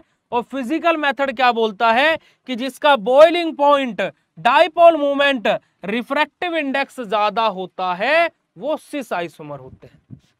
अब दूसरा कॉन्सेप्ट आ जाता है कि अगर जो हमारा रिमोट सिस होगा, वेरी गुड बेटा जी, अब जिसका मेल्टिंग पॉइंट ज्यादा है ना, जिसका मेल्टिंग पॉइंट ज्यादा या फिर जिसकी इंटेंसिटी ऑफ एब्जॉर्प्शन ज्यादा वो ट्रांस। अब मैंने आपको बोला कि पेन का मेल्टिंग पॉइंट ज्यादा है भाई और रिमोट का मेल्टिंग पॉइंट कम है, तब आपके अकॉर्डिंग मेल्टिंग पॉइंट जिसका ज्यादा वो क्या होता है, ट्रांस होता है। तो पेन क्या हुआ बेटा जी, ट्रांस आइसोमर हुआ। तो ये बड़ा ही सिंपल तरीके से मैं आपको बता रहा हूं, इसमें कुछ भी डिफिकल्ट नहीं है और आप लोग आंसर भी कर रहे हो। सबसे बड़ा प्रूफ तो इस बात का यही है। अब बताइएगा हमारा फिजिकल मेथड और साइक्लाइजेशन मेथड अगर जो क्लियर हो तो फटाक से चैट सेशन में हार्ट वाला इमोजी भेज दीजिएगा जी। फिर साइक्लाइजेशन मेथड के हम आपको एग्जाम्पल्स दिखा देते हैं प्यारे बच्चों, फिर साइक्लाइजेशन मेथड के हम आपको एग्जाम्पल दिखा देते हैं। जैसे कि मैंने यहां पर क्या लिया बेटा जी, मेरा मैलिक एसिड दिया, इसका नाम याद रखिएगा, इसका नाम याद रखिएगा बेटा जी, मैलिक एसिड का। मैंने यहां पर मैलिक एसिड लिया, मुझे नहीं पता अभी मैलिक एसिड मेरा सिस है या ट्रांस है, मुझे बिल्कुल भी नहीं पता मैलिक एसिड मेरा सिस है या ट्रांस है, ठीक है। बट मैंने मैलिक एसिड को भेजा साइक्लाइजेशन रिएक्शन में, मैलिक एसिड जब साइक्लाइजेशन रिएक्शन में गया तो उसने क्या बनाया, मैलिक एनहाइड्रेज बनाया। क्या बनाया, मैलिक एनहाइड्रेज बनाया, जो कि एक साइक्लिक कंपाउंड होता है। और जो साइक्लिक कंपाउंड हमारे बन जाते हैं रैपिडली, वो हमारे क्या कहलाते हैं बेटा जी, वो हमारे सिस आइसोमर कहलाते हैं, है ना। अब जो मेरा मैलिक एसिड है ये साइक्लिक प्रोडक्ट बना रहा है, तो बेटा जी ये क्या होगा, सिस आइसोमर होगा। ठीक है, वहीं पर ही हम ट्रांस आइसोमर का एग्जांपल ले लेते हैं। आप आगे आइएगा, यहां पर आप देखेंगे फ्यूमरिक एसिड को। जब मैं फ्यूमरिक एसिड की साइक्लाइजेशन रिएक्शन कराता हूं तो मुझे कोई प्रोडक्ट नहीं मिलता है, क्योंकि फ्यूमरिक एसिड कोई साइक्लाइजेशन रिएक्शन शो करता ही नहीं है। अब जब इसका साइक्लिक प्रोडक्ट बनेगा ही नहीं तो बेटा जी क्या है, ये सिस तो होगा नहीं, तो यानी कि क्या होगा, मेरा ट्रांस होगा। तो यानी कि जो मेरा क्या है बेटा जी, फ्यूमरिक एसिड है वो क्या है, ट्रांस होता है, और जो मैलिक एसिड है वो सिस होता है। इसके पीछे का रीजन क्या है, क्योंकि मैलिक एसिड क्या बना देता है बेटा जी, साइक्लिक रिंग बना देता है, और फ्यूमरिक एसिड साइक्लिक रिंग नहीं बना पाता है। क्लियर है बेटा जी बात, यस और no, write down in chat session फटाक से। फिर हम लोग बात करते हैं बेटा जी हमारा कन्वर्जन मेथड के बारे में। कन्वर्जन मेथड यानी कि चीजों को कन्वर्ट कर देना, चीजों को बदल देना, है ना। अभी ये क्या है कि बेसिकली देखो क्या है कि जैसे हम लोग क्या करते हैं, जैसे अभी लाइव क्लास का एग्जांपल ले लीजिए कि आपको अभी आपके नेट से, आपके इंटरनेट से आपको अभी लाइव क्लास शो नहीं हो रही थी। सो ये आपकी रिस्पॉन्सिबिलिटी है कि आप या कुछ चीजें चेंज करके देख लो, है ना, तो शायद मुझे रिजल्ट मिल जाए। तो वही चीज यहाँ पर होती है। जैसे मैं यहाँ पर देखिएगा कि हमारा क्या होता है, हमारा कन्वर्जन मेथड के अंदर in a number of cases it is possible to determine the configuration of geometrical isomer by converting them into a compound known configuration। क्या बात बोली गई कि एक बहुत बार या बहुत ऐसे केसेस में होता है कि हमारा जो कंपाउंड हमें दिया गया है, हमें बड़ी डिफिकल्टी हो रही है कि उसका सिस या ट्रांस आइसोमर का पता करने में, पर हमारे पास में एक सिंपल सा चीज होती है क्या, कि क्यों ना हम उसको कन्वर्ट कर दे, उसको बदल दे, है ना, थोड़ा बहुत हुलिया उसका चेंज कर दे, शायद तब कुछ पता लग जाए, शायद तब कुछ क्या है अंदाजा हो जाए, है ना जी। तो हमारा क्या होता है, जैसे कि यहां पर आप देखेगा कि हमारा ट्राइक्लोरो कार्बेटोइक एसिड हमारा यहां पर लिया गया है, ठीक है जी। अब ट्राइक्लोरो कार्बेटोइक एसिड का हमें नहीं पता कि ये सिस है ट्रांस है, पर मैंने क्या किया, इसका हाइड्रोलाइसिस करा दिया, मैंने इसका क्या करा दिया, हाइड्रोलाइसिस करा दिया। और जब मैंने इसका हाइड्रोलाइसिस कराया तो मुझे यहां से मिल गया मैलिक एसिड, मुझे यहां से मिल गया मैलिक एसिड। और अभी जस्ट हम लोगों ने पीछे पढ़ा था मैलिक एसिड क्या होता है बेटा जी, हमारा मैलिक एसिड क्या करता है, साइक्लाइजेशन रिएक्शन शो कर देता है, और जो साइक्लाइजेशन रिएक्शन शो करता है वो क्या होता है, सिस आइसोमर होता है। तो इनडायरेक्टली क्या होगा बेटा जी, हमारा जो हमारा ट्राइक्लोरल कार्बेटिक एसिड है ये भी हमारा क्या होगा, सिस आइसोमर होगा। ऐसा मुझे क्यों पता लगा, क्योंकि कि जो इसका कन्वर्जन निकल करके आया है वो क्या है, सिस आइसोमर है। आ रही है बात समझ में। अब देखिए बेटा जी, आपके फोन में प्रॉब्लम है तो वो हमारी प्रॉब्लम नहीं है, ये बात को आप समझिए, इस बात को आप जानिए कि आपके फोन्स में प्रॉब्लम होती है तो वो हम लोगों की गलती नहीं है, हमारी गलती उसमें कुछ भी नहीं है। ठीक है, सबको आवाज आ रही है, ठीक है जी, चलिएगा। अब यहां पर हमारा आप लोग बेसिकली हमने जो आपको बताया वो आपको क्लियर हो गए। तीनों के तीनों मेथड्स कैसे हम लोग हमारे ज्योमेट्रिकल आइसोमेरिज्म को बेसिकली डिफाइन करते हैं, सभी बच्चों को बड़े ही प्यार से, बड़े ही सिंपल तरीके से क्लियर हो गया होगा। अब हमारा क्या है, सेकेंड यूनिट का जो मोस्ट इंपोर्टेंट पार्ट है, जहां से एक क्वेश्चन आना एग्जाम में लगभग फिक्स होता है, लगभग हर बार एक क्वेश्चन एग्जाम में आता है। अब हम अपनी यूनिट के उस सिरे को स्टार्ट करने जा रहे हैं, बट उस सिरे को स्टार्ट करने से पहले मैंने अभी तक सेकेंड यूनिट में जो जो चीजें आप लोगों को बताई है, अगर जो आप लोगों को सब की सब चीजें क्लियर हैं तो एक बारी फटाक से चैट सेशन में हार्ट वाला इमोजी भेज दीजिएगा। फिर उसके बाद में हम लोग स्टार्ट करते हैं हमारा कन्फर्मेशनल आइसोमेरिज्म को। ज्योमेट्रिकल खत्म हो गया, अब बात आ जाएगी कन्फर्मेशनल आइसोमेरिज्म, जहां पर हम लोग इथेन, एन-ब्यूटेन और साइक्लोहेक्सेन के बारे में पढ़ेंगे। कुछ डिफिकल्ट तो नहीं लगाना ये कि भैया ये चीज इतना ज्यादा टफ क्यों थ्योरी है या फिर इतना ज्यादा टफ कॉन्सेप्ट है, ऐसा कुछ भी नहीं होगा। बहुत ही सिंपल तरीके से करके आपको बता रहा हूं, बिल्कुल सिंपल तरीके से, ताकि की चीजें आप लोगों को बड़े ही सरल भाषा में समझ में आ जाए। अब इस कॉन्सेप्ट को बड़े ध्यान से समझना बेटा जी। चाहे मैं अभी बता देता हूं, चाहे इथेन हो, चाहे एन-ब्यूटेन हो, चाहे साइक्लोहेक्सेन हो, एक क्वेश्चन 7 या 10 नंबर में एग्जाम में रखा मिलेगा। और जब जिस दिन पेपर होगा, चाहे मैं इस क्वेश्चन को महा इंपोर्टेंट में एक बार बताना भूल जाऊं, पर जिस दिन पेपर तुम्हारा होगा और जब पेपर दे करके आओगे, तो जब YouTube पर जो लेक्चर डलेगा या फिर जब मुझे पर्सनली मैसेज करते हो, तो इस क्वेश्चन को लेकर के बता देना कि भैया ये क्वेश्चन आपने क्लास में बताया था और आ गया है। ठीक है, याद रखना इस बात को। चलेगा जी।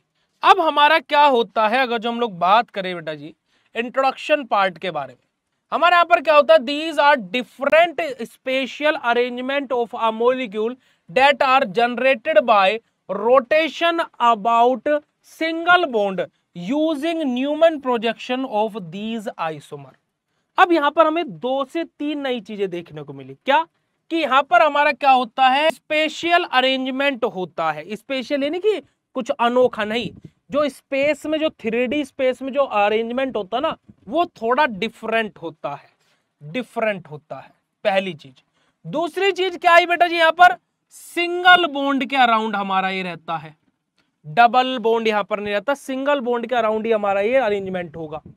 तीसरी चीज क्या आई, यहां पर हमारी बात हुई है न्यूमन प्रोजेक्शन के बारे में। हमारे जो आइसोमर है, कन्फर्मेशनल आइसोमेरिज्म है ना, तो इनके लिए हमारा क्या होता है, न्यूमन प्रोजेक्शन यूज होता है। अरे भाई थोड़े से पागल हो क्या यार तुम, सिस ट्रांस EZ, ये आपका साइन एंटी, ये क्या है। और यहां पर अगर जो आप अभी इसको देख रहे हो, ये अगर जो आप यहां पर इसको देख रहे हो, तो आपको एट द सेंटर से एक चीज दिखाई दे रही होगी, ये बस आगे वाला फ्रेम। अभी आपको नहीं पता इसके पीछे भी कुछ है। ठीक है, अब जब मैं क्या करता हूं, इसको हल्का सा पीछे वालों को ऐसे रोटेट कर दूं, अब आपको पीछे वाले के एजेस दिखने लगे होंगे, दिख रहा है। ठीक है, अब इसको वापस से वैसे रोटेट कर दूं जैसे ये था, वापस से क्या है, आगे वाले ने इसको कवर कर लिया। बट जब मैं आपको इसको 3D स्पेस में दिखाता हूं, तब आपको ये दोनों की दोनों चीजें बिल्कुल क्लियरली दिखाई देंगी। दिख रही नहीं दी है। अब ये ही पूरा का पूरा सिस्टम हमारा क्या होता है, न्यूमन प्रोजेक्शन होता है। आई बात समझ में, न्यूमन प्रोजेक्शन क्या होता है, पहली बात। अब देखिए ये और ये, इन दोनों के बीच में एक बॉन्ड प्रेजेंट है जो सिंगल बॉन्ड है, जो कि यहां पर बात हुई सिंगल बॉन्ड। रोटेशन क्या हो रहा है, सिंगल बॉन्ड में। स्पेशल अरेंजमेंट क्या है, डिफरेंट टाइप का है यहाँ पर, क्योंकि अभी तक जो हम लोगों ने ऑप्टिकल आइसोमेरिज्म में क्या पढ़ा था, एक कार्बन पर पढ़ा था। यहाँ पर जो स्पेशल अरेंजमेंट है वो अलग अलग कार्बन पर है ना, और थोड़ा अलग टाइप का है, डिफरेंट टाइप का है। दूसरी बात समझ में आ गई। न्यूमन प्रोजेक्शन क्या होता है ये भी समझ में आ गया। अब न्यूमन प्रोजेक्शन में हमारी 2 चीजें होती है बेटा जी, जो हमारी क्या होती है, न्यूमन प्रोजेक्शन में हमारी 2 चीजें हम लोग बेसिकली पढ़ते हैं। कहां गई 2 चीजें, कौन कौन सी पढ़ते हैं बेटा जी हम लोग, हमारे यहाँ पर 2 एंगल आते हैं न्यूमन प्रोजेक्शन में। 2 एंगल आते हैं।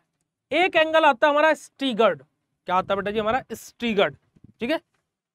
ये एक एंगल आता है बेटा जी हमारा इक्लिप्स्ड, क्या आता है बेटा जी हमारा इक्लिप्स्ड।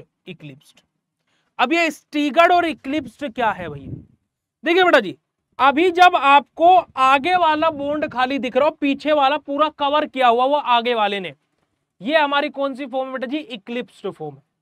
और जब या तो ये वाला हल्का सा रोटेट हो जाए या फिर ये पीछे वाला रोटेट हो जाए, तो अब ये तो दिख ही रहा है, पीछे वाले के भी एजेस हम लोगों को दिखने लगे, तो ये वाली जो फॉर्म होती है हमारी क्या होती है बेटा जी, हमारी स्ट्रिगर्ड फॉर्म होती है। बात समझ में आई कि कौन सी फॉर्म इक्लिप्स होती है और कौन सी फॉर्म स्ट्रिगर्ड होती है। क्लियर हुई बेटा जी ये बात, कि कौन सा बॉन्ड इक्लिप्स होता है और कौन सा बॉन्ड इस क्या है हमारा बेटा जी, स्ट्रिगर्ड होता है। ये बात आपको समझ में आ गई होगी। जैसे कि आप अगर जो आप यहाँ पर एग्जाम्पल देखेंगे इथेन का न्यूमन प्रोजेक्शन कैसे बनेगा, देखिएगा। एक चीज हमारी यहां पर कैसे रहेगी, इथेन का पहले फॉर्मूला लिखते हैं, C2H6, जिसको मैं ऐसे भी लिख सकता हूं CH3 सिंगल बॉन्ड CH3, बिल्कुल लिख सकते हैं भाई, यस और नो। चलिए, इट मीन्स एक चीज रहेगी अबाउ द प्लेन, यानी कि जो सामने दिखाई देगी। एक चीज क्या रहेगी बेटा जी हमारी, अबाउ द प्लेन रहेगी। ये मेरा जो सेंटर है क्या रिप्रेजेंट कर रहा है, कार्बन, और ये एक एक हाइड्रोजन होगी। और जो एक दूसरी चीज रहेगी वो क्या रहेगी बेटा जी मेरी, बिलो द प्लेन रहेगी, यानी कि जो पीछे की तरफ रहेगी। ठीक है, एक चीज मेरी क्या रहेगी, अबाउ द प्लेन होगी, और एक चीज मेरी बिलो द प्लेन। ठीक है, चलिए हमारी ये क्या होगी बेटा जी हमारी, above the plane, above the plane, और ये चीज मेरी क्या होगी बेटा जी, बिलो द प्लेन। ठीक है, ओके। अब अगर जो मैं इन दोनों ही स्ट्रक्चर्स को कंबाइन कर देता हूं, मैं इन दोनों ही स्ट्रक्चर्स को कंबाइन कर देता हूं, ठीक है जी, कंबाइन कर देते हैं, हो गया कंबाइन। ये मेरा क्या हो गया, ईथेन बन गया। ये मेरा क्या हो गया बेटा जी, ईथेन हो गया। पर आप प्यारे बच्चों अगर जब इस स्ट्रक्चर को देखोगे तो आपको क्या दिख रहा है कि जो पीछे वाले बॉन्ड है वो भी अपने एजेस दिखा रहे हैं, और आगे वाले बॉन्ड के भी एजेस दिख रहे हैं। पीछे वाले भी सारे बॉन्ड दिख रहे हैं और आगे वाले के भी दिख रहे हैं। इट मीन्स ये हमारी कौन सी फॉर्म होगी बेटा जी, हमारी स्ट्रिगर्ड हो गई। ठीक है, क्योंकि पीछे वाले भी ऐसे कर रहे हैं ला ला ला ला ला, और आगे वाले तो है ही भाई, वो तो फ्रंट ऑफ द मास है। वहीं पर ही दूसरा हमारा इसका जो फॉर्म बनेगा वो क्या बनेगा, जो अबाउ द प्लेन है वो तो रहेंगे ही रहेंगे, और जो below the plane molecules present हैं, जो बिलो द प्लेन प्रेजेंट हैं वो जस्ट इनके पीछे रहेंगे, जस्ट इनके क्या रहेंगे बेटा जी, पीछे की तरफ, बिल्कुल पीछे, यानी कि वो दिखाई नहीं देंगे, है वो पर दिखाई नहीं देंगे। तो ये हमारा क्या होता है, इक्लिप्स्ड होता है। बात समझ में आई कि कौन सा स्ट्रिगर्ड होता है, कौन सा स्क्रिप्ट होता, इक्लिप्स्ड होता है, न्यूमन प्रोजेक्शन क्या होता है। क्लियर हुई बेटा जी बात, यस और नो, फटाक से चैट सेशन में कंफर्म करेंगे, ये चीज हमारी होगी। ठीक है जी, अब यहां पर एक बड़ा ही इंपॉर्टेंट पॉइंट हमारे लिए आ जाता है बेटा जी सामने लिख करके, जो कि है स्ट्रिगर्ड और इक्लिप्स्ड फॉर्म के लिए। ये लाइन आपको याद रखनी है और इसको स्टार पॉइंट बना करके लिख लेना पुनीत भैया, सुपर स्टार पॉइंट। ठीक है, ये क्या है बेटा जी, they are more stable and less energy. जो हमारे स्ट्रिगर्ड रहेंगे इनके पास में क्या रहेगी बेटा जी, ज्यादा स्टेबल होंगे, मोर स्टेबल होंगे, पर लेकिन जो एनर्जी होगी इनके पास में वो क्या होगी बेटा जी, लेस होगी। ठीक है, वहीं पर इक्लिप्स्ड क्या रहेंगे, ये लेस स्टेबल रहेंगे। जो इक्लिप्स्ड होंगे क्या रहेंगे बेटा जी, जो इनकी स्टेबिलिटी रहेगी वो क्या रहेगी, लेस रहेगी, पर एनर्जी इनके पास में बहुत होगी, हायर एनर्जी होगी, हाई एनर्जी होगी इनके पास में। ठीक है, हाई एनर्जी होगी इनके पास में। ओके, इट मींस यहां से हमारा एक रिलेशन बन जाता है कि stability is inversely proportional to energy. एक हमारा स्टेटमेंट यहां से सेट हो जाता है। तो सबसे पहले हम लोग बात करेंगे बेटा जी किसके बारे में, हमारा ईथेन के बारे में। किसके बारे में, ईथेन के बारे में। ईथेन हमारा C2H6, जिसके अभी मैंने न्यूमन प्रोजेक्शन आपको बना करके दिखाया। यहां पर अगर जो हम लोग पॉइंट्स के बारे में बात करें, when ethane molecule rotate about its carbon carbon single bond, two conformers हमारे staggered and eclipsed will be form. जब हम लोग ईथेन को रोटेट करते हैं हमारे, है ना, तो हमारा क्या होता है, वहां से हमारे दो कन्फॉर्मर्स हमारे बनते हैं, एक स्टिगर्ड और दूसरा इक्लिप्स्ड। ठीक है, now these are also we of energy during rotation हमारा, है ना। हम लोग भाई जब इसको रोटेट करें तो हमें एनर्जी की भी आवश्यकता पड़ेगी, तो वो भी सारी चीजें यहाँ पर इन्वॉल्व रहेगी, नॉट इश्यू एट ऑल, वो तो चीजें स्किप करने वाली है। बट हम बात करते हैं बेटा जी हमारे इक्लिप्स्ड फॉर्म के बारे में। इक्लिप्स यानी कि these conform are higher in energy than the staggered form. हमारी जो हमारी ईथेन रहेगा, तो जो हमारी इक्लिप्स्ड फॉर्म बनेगी उसके पास में एनर्जी ज्यादा रहेगी, किससे, स्टिगर्ड से, और जो स्टिगर्ड फॉर्म बनेगी उसकी स्टेबिलिटी ज्यादा होगी, किससे बेटा जी, हमारे इक्लिप्स्ड फॉर्म से। ये बात तो अभी हम लोगों ने रिलेशन में देख ही ली थी, there are more stable than less energy, eclipsed has less energy and steric hindrance हमारा, तो stability is inversely proportional to energy यहाँ पर हमारा शो होगा। ये बात तो हमें पहले से भी पता है, अभी जस्ट हमने पीछे यहाँ पर आपको बताई थी। ठीक है, अब ये बड़ा ही इंपॉर्टेंट स्लाइड है जो कि आप लोगों को समझना पड़ेगा। कैसे समझना पड़ेगा, यहां पर देखिएगा, मैं इथेन का पहले बेटा जी आपके सामने बना रहा हूं हमारा एक न्यूमन प्रोजेक्शन। ठीक है, अब सबसे पहले तो मुझे ये बताओ कि ये कौन सी फॉर्म है, ये इक्लिप्स्ड है या स्ट्रिगर्ड है? सबसे पहले मुझे ये बताओ फटाक से, ये इक्लिप्स्ड है या स्ट्रिगर्ड है? फटाक से मुझे चैट सेशन पहले ही बताइए यार। देखो पागलपंती होती है, मैं बात मान सकता हूँ, पर इतने भी सस्ते नशे करने की क्या जरूरत है भाई साहब? है मतलब कि बार बार ये बोलने से कुछ मतलब निकल रहा है कि वीडियो नहीं चल रहा है, वीडियो नहीं चल रहा है, बाकी का तो सबका चल रहा है।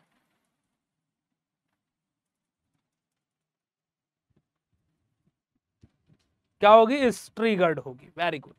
मैं यहाँ पर क्या लिख रहा हूँ? एस लिख रहा हूँ। देखो स्ट्रिगर्ड के लिए मैं एस यूज करूंगा बेटा जी अब आगे, और इक्लिप्स के लिए ई यूज करूंगा, तो कोई दिक्कत नहीं होनी चाहिए। अब मैं बेटा जी यहाँ पर पकड़ता हूँ इस हाइड्रोजन को।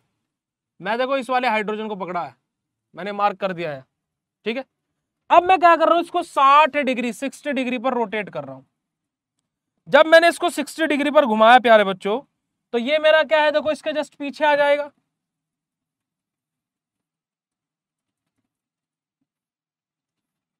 ये हाइड्रोजन, ये हाइड्रोजन और ये हाइड्रोजन, और ये जस्ट इसके पीछे आ जाएगा रोटेट होकर के यहां पर, है ना?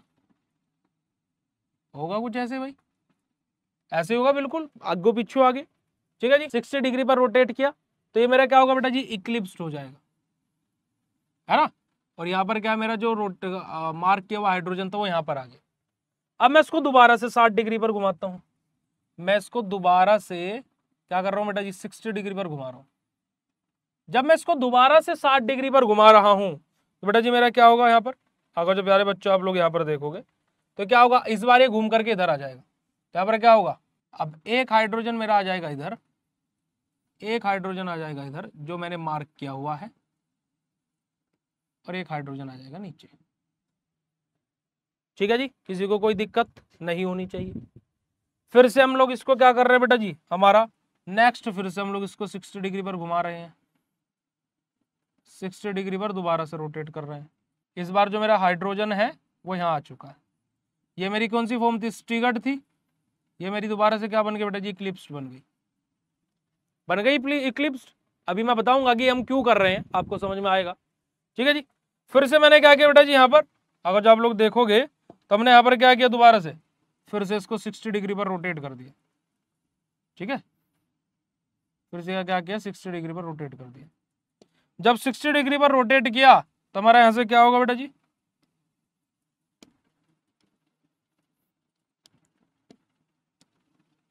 देखो इसको समझ लेना, फिर बाकी के दो समझने की जरूरत नहीं पड़ेगी, ये बात गारंटी है। दोबारा से 60 डिग्री पर रोटेट किया।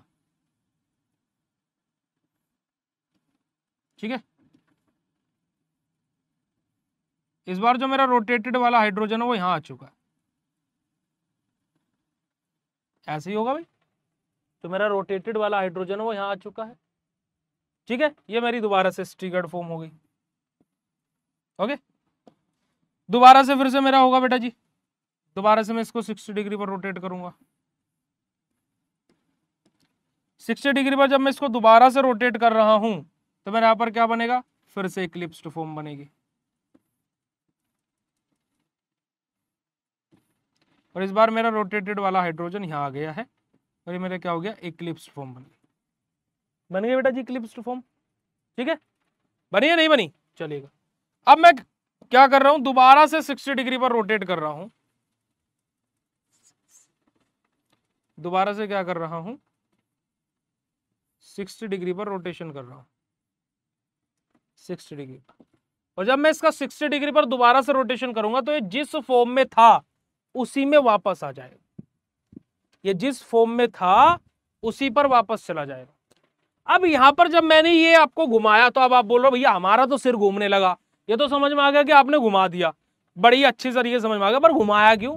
अब देखिएगा बेटा जी, यहां पर अगर जो मैं आपको बोलूं तो मुझे यहां पर इक्लिप्स कितनी फॉर्म मिली, आप अगर जो देखोगे तो मेरी इक्लिप्स, ये मेरा पहला डायग्राम था, ये दूसरा था, ये तीसरा था, ये चौथा था, ये पांचवा था, और ये छठवा था।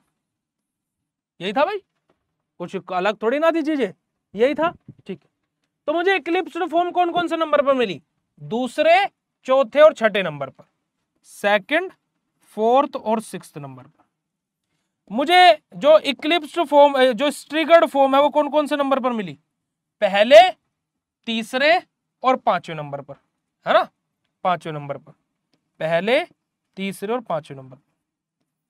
ये दोनों नंबर जिस जिस बच्चे को याद हो गए वो फटाक से चैट सेशन में कंफर्म कर देंगे, फटाक से चैट सेशन में कंफर्म कर देंगे बेटा जी, ये दोनों नंबर जिस जिसको याद हो गए।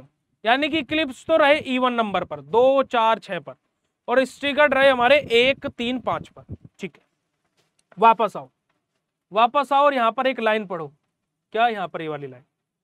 स्ट्रिगर्ड क्या है? They are more stable and less energy, और यार less stable and more energy. मतलब जो हमारे क्या है स्ट्रिगर्ड है, ये हमारे क्या होते हैं बेटा जी? हमारे मोर स्टेबल होते हैं, ज्यादा स्टेबल होते हैं, और एनर्जी इनमें, इनके पास में कम रहती है। और जो हमारे इक्लिप्स है बेटा जी, ये हमारे क्या होते हैं? लेस स्टेबल होते हैं, और एनर्जी इनके पास में बहुत ज्यादा होती है। ठीक है, बात समझ में आ गई? अब यहां से हमारा ग्राफ बनता है बेटा जी, यहां से हमारी जो ये चीज हमने लिखी है ना, इससे अब हमारा एक ग्राफ बनेगा। इससे हमारा क्या बनेगा? एक ग्राफ बनेगा। यहां पर अगर जो आप लोग आएंगे तो यहां पर हमारा एक ग्राफ ड्रॉ होगा। ये ग्राफ अगर जो आपको दिख रहा, यहां पर हमने इस साइड में हमारा क्या लिया बेटा जी? पोटेंशियल एनर्जी ली हुई है, और इधर हम लोगों ने क्या लिया बेटा जी? Angle of rotation. ठीक है, अब जब मैंने क्या किया, पहले मैंने क्या किया बेटा जी? पहले मैंने क्या किया? 60 डिग्री पर रोटेशन किया। मैंने क्या किया? 60 डिग्री पर रोटेशन किया।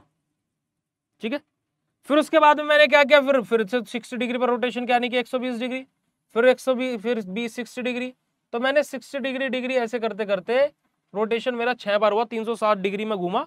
वो वापस से उसी, देखो मैं यहाँ पर खड़ा हुआ हूँ, अब मैं से रोटेट हूँ, 360 डिग्री घूमू और वापस से मैं सेम पोजीशन पर आ गया। यही काम हमने किया। ठीक है, अब यहाँ पर ये ग्राफ कभी नीचे कभी ऊपर, कभी नीचे कभी ऊपर, ऐसे सांप की तरह लहर क्यों रहा है? क्योंकि बेटा जी क्या है, अगर जो आप लोग यहाँ पर देखेंगे तो क्या है कि हमारी एक जगह इक्लिप्स्ड है, एक जगह स्ट्रिगर्ड है। जहां पर स्ट्रिगर्ड आ रहा है वहां पर एनर्जी का ग्राफ नीचे जा रहा है, क्योंकि एनर्जी लो हो जा रही है, वहां पर स्टेबिलिटी बढ़ जा रही है ना जी। और जहां पर इक्लिप्स आ रहा है वहां पर एनर्जी हाई हो जा रही है। तो यहाँ पर जहां जहां पर बेटा जी हमारा क्या है, जहां जहां पर भी हमारा क्या आ रहा है, जो ग्राफ है वो हायर एनर्जी की तरफ मूव कर रहा है, मैक्सिमम एनर्जी की तरफ मूव कर रहा है। जैसे आप यहाँ पर देखोगे, जो हमारा दूसरा नंबर का ग्राफ बना है वो कहां पर बना है? हायर एनर्जी पर बना है। क्यों बना है बेटा जी? क्योंकि दूसरे नंबर पर हमारा क्या था? इक्लिप्स्ड था। ऐसे फिर चौथे नंबर पर हायर एनर्जी बनी है। चौथे नंबर पर क्या है? हायर एनर्जी बनी है। क्यों बनी है? क्योंकि चौथे नंबर पर हमारा इक्लिप्स्ड था, और इक्लिप्स्ड क्या करते हैं बेटा जी? हायर एनर्जी और लेस स्टेबल होते हैं।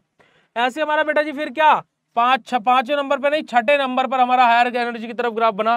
क्यों? क्योंकि छठे नंबर का डायग्राम भी हमारा इक्लिप्स्ड था। और डायग्राम हमारा ग्राफ ये नीचे क्यों जा रहा है?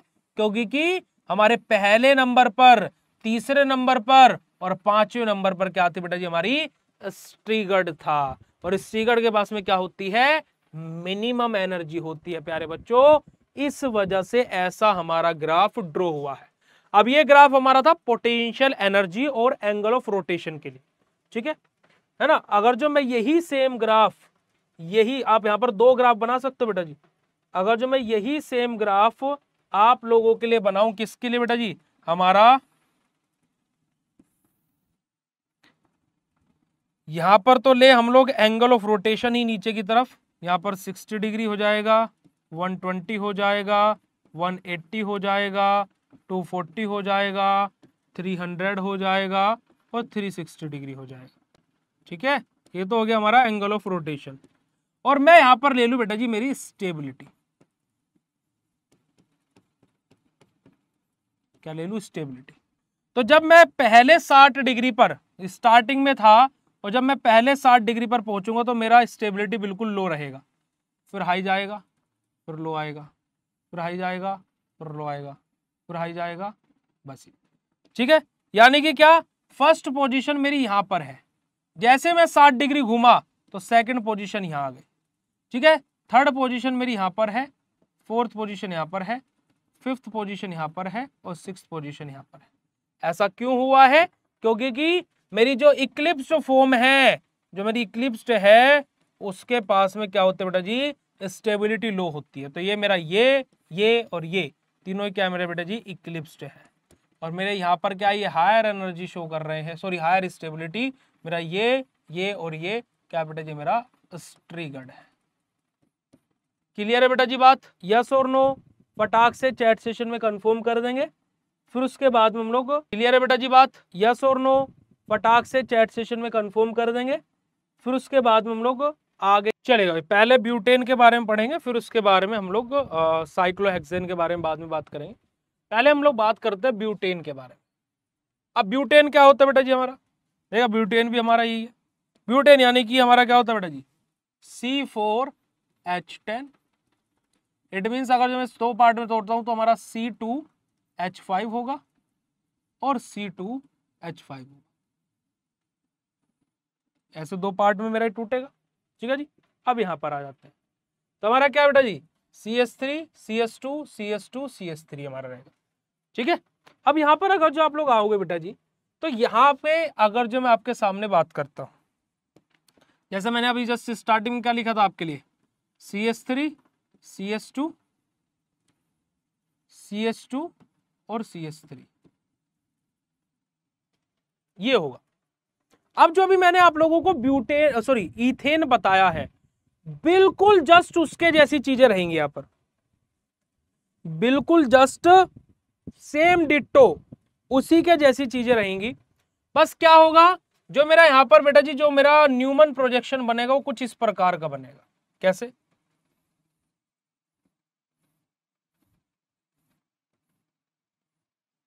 ये हो गया।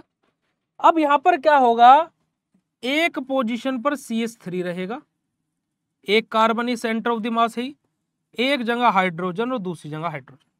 ऐसी अबाउट द प्लेन में रहेगा, एक जगह हमारा CH3 रहेगा और एक कार्बन यहां है, एक जगह हाइड्रोजन यहां पर और एक हाइड्रोजन यहां पर। बस इतनी सी चीजें होंगी, उसके अलावा इसमें कोई चेंजेस नहीं है। आप पूरे के पूरे इसमें देख सकते हो, बस इतनी सी चीजें हमारी हुई है, आप यहां पर देख सकते हो जस्ट, और कुछ भी चेंजेस नहीं है। सेम वही 60 डिग्री रोटेशन चल रहा है हमारा, है ना, और कुछ भी यहाँ पर चेंजेस नहीं है। हाँ, थोड़ा सा वेरिएशन यहाँ पर हमारा जो ग्राफ ड्रॉ होगा उसमें आएगा। क्यों? क्योंकि हमारे पास में यहाँ पर एक हैवी कंपाउंड CH3 अटैच है, जिसकी वजह से क्या है, जो हमारा ग्राफ है वो थोड़ा नीचे की तरफ लेट डाउन होगा।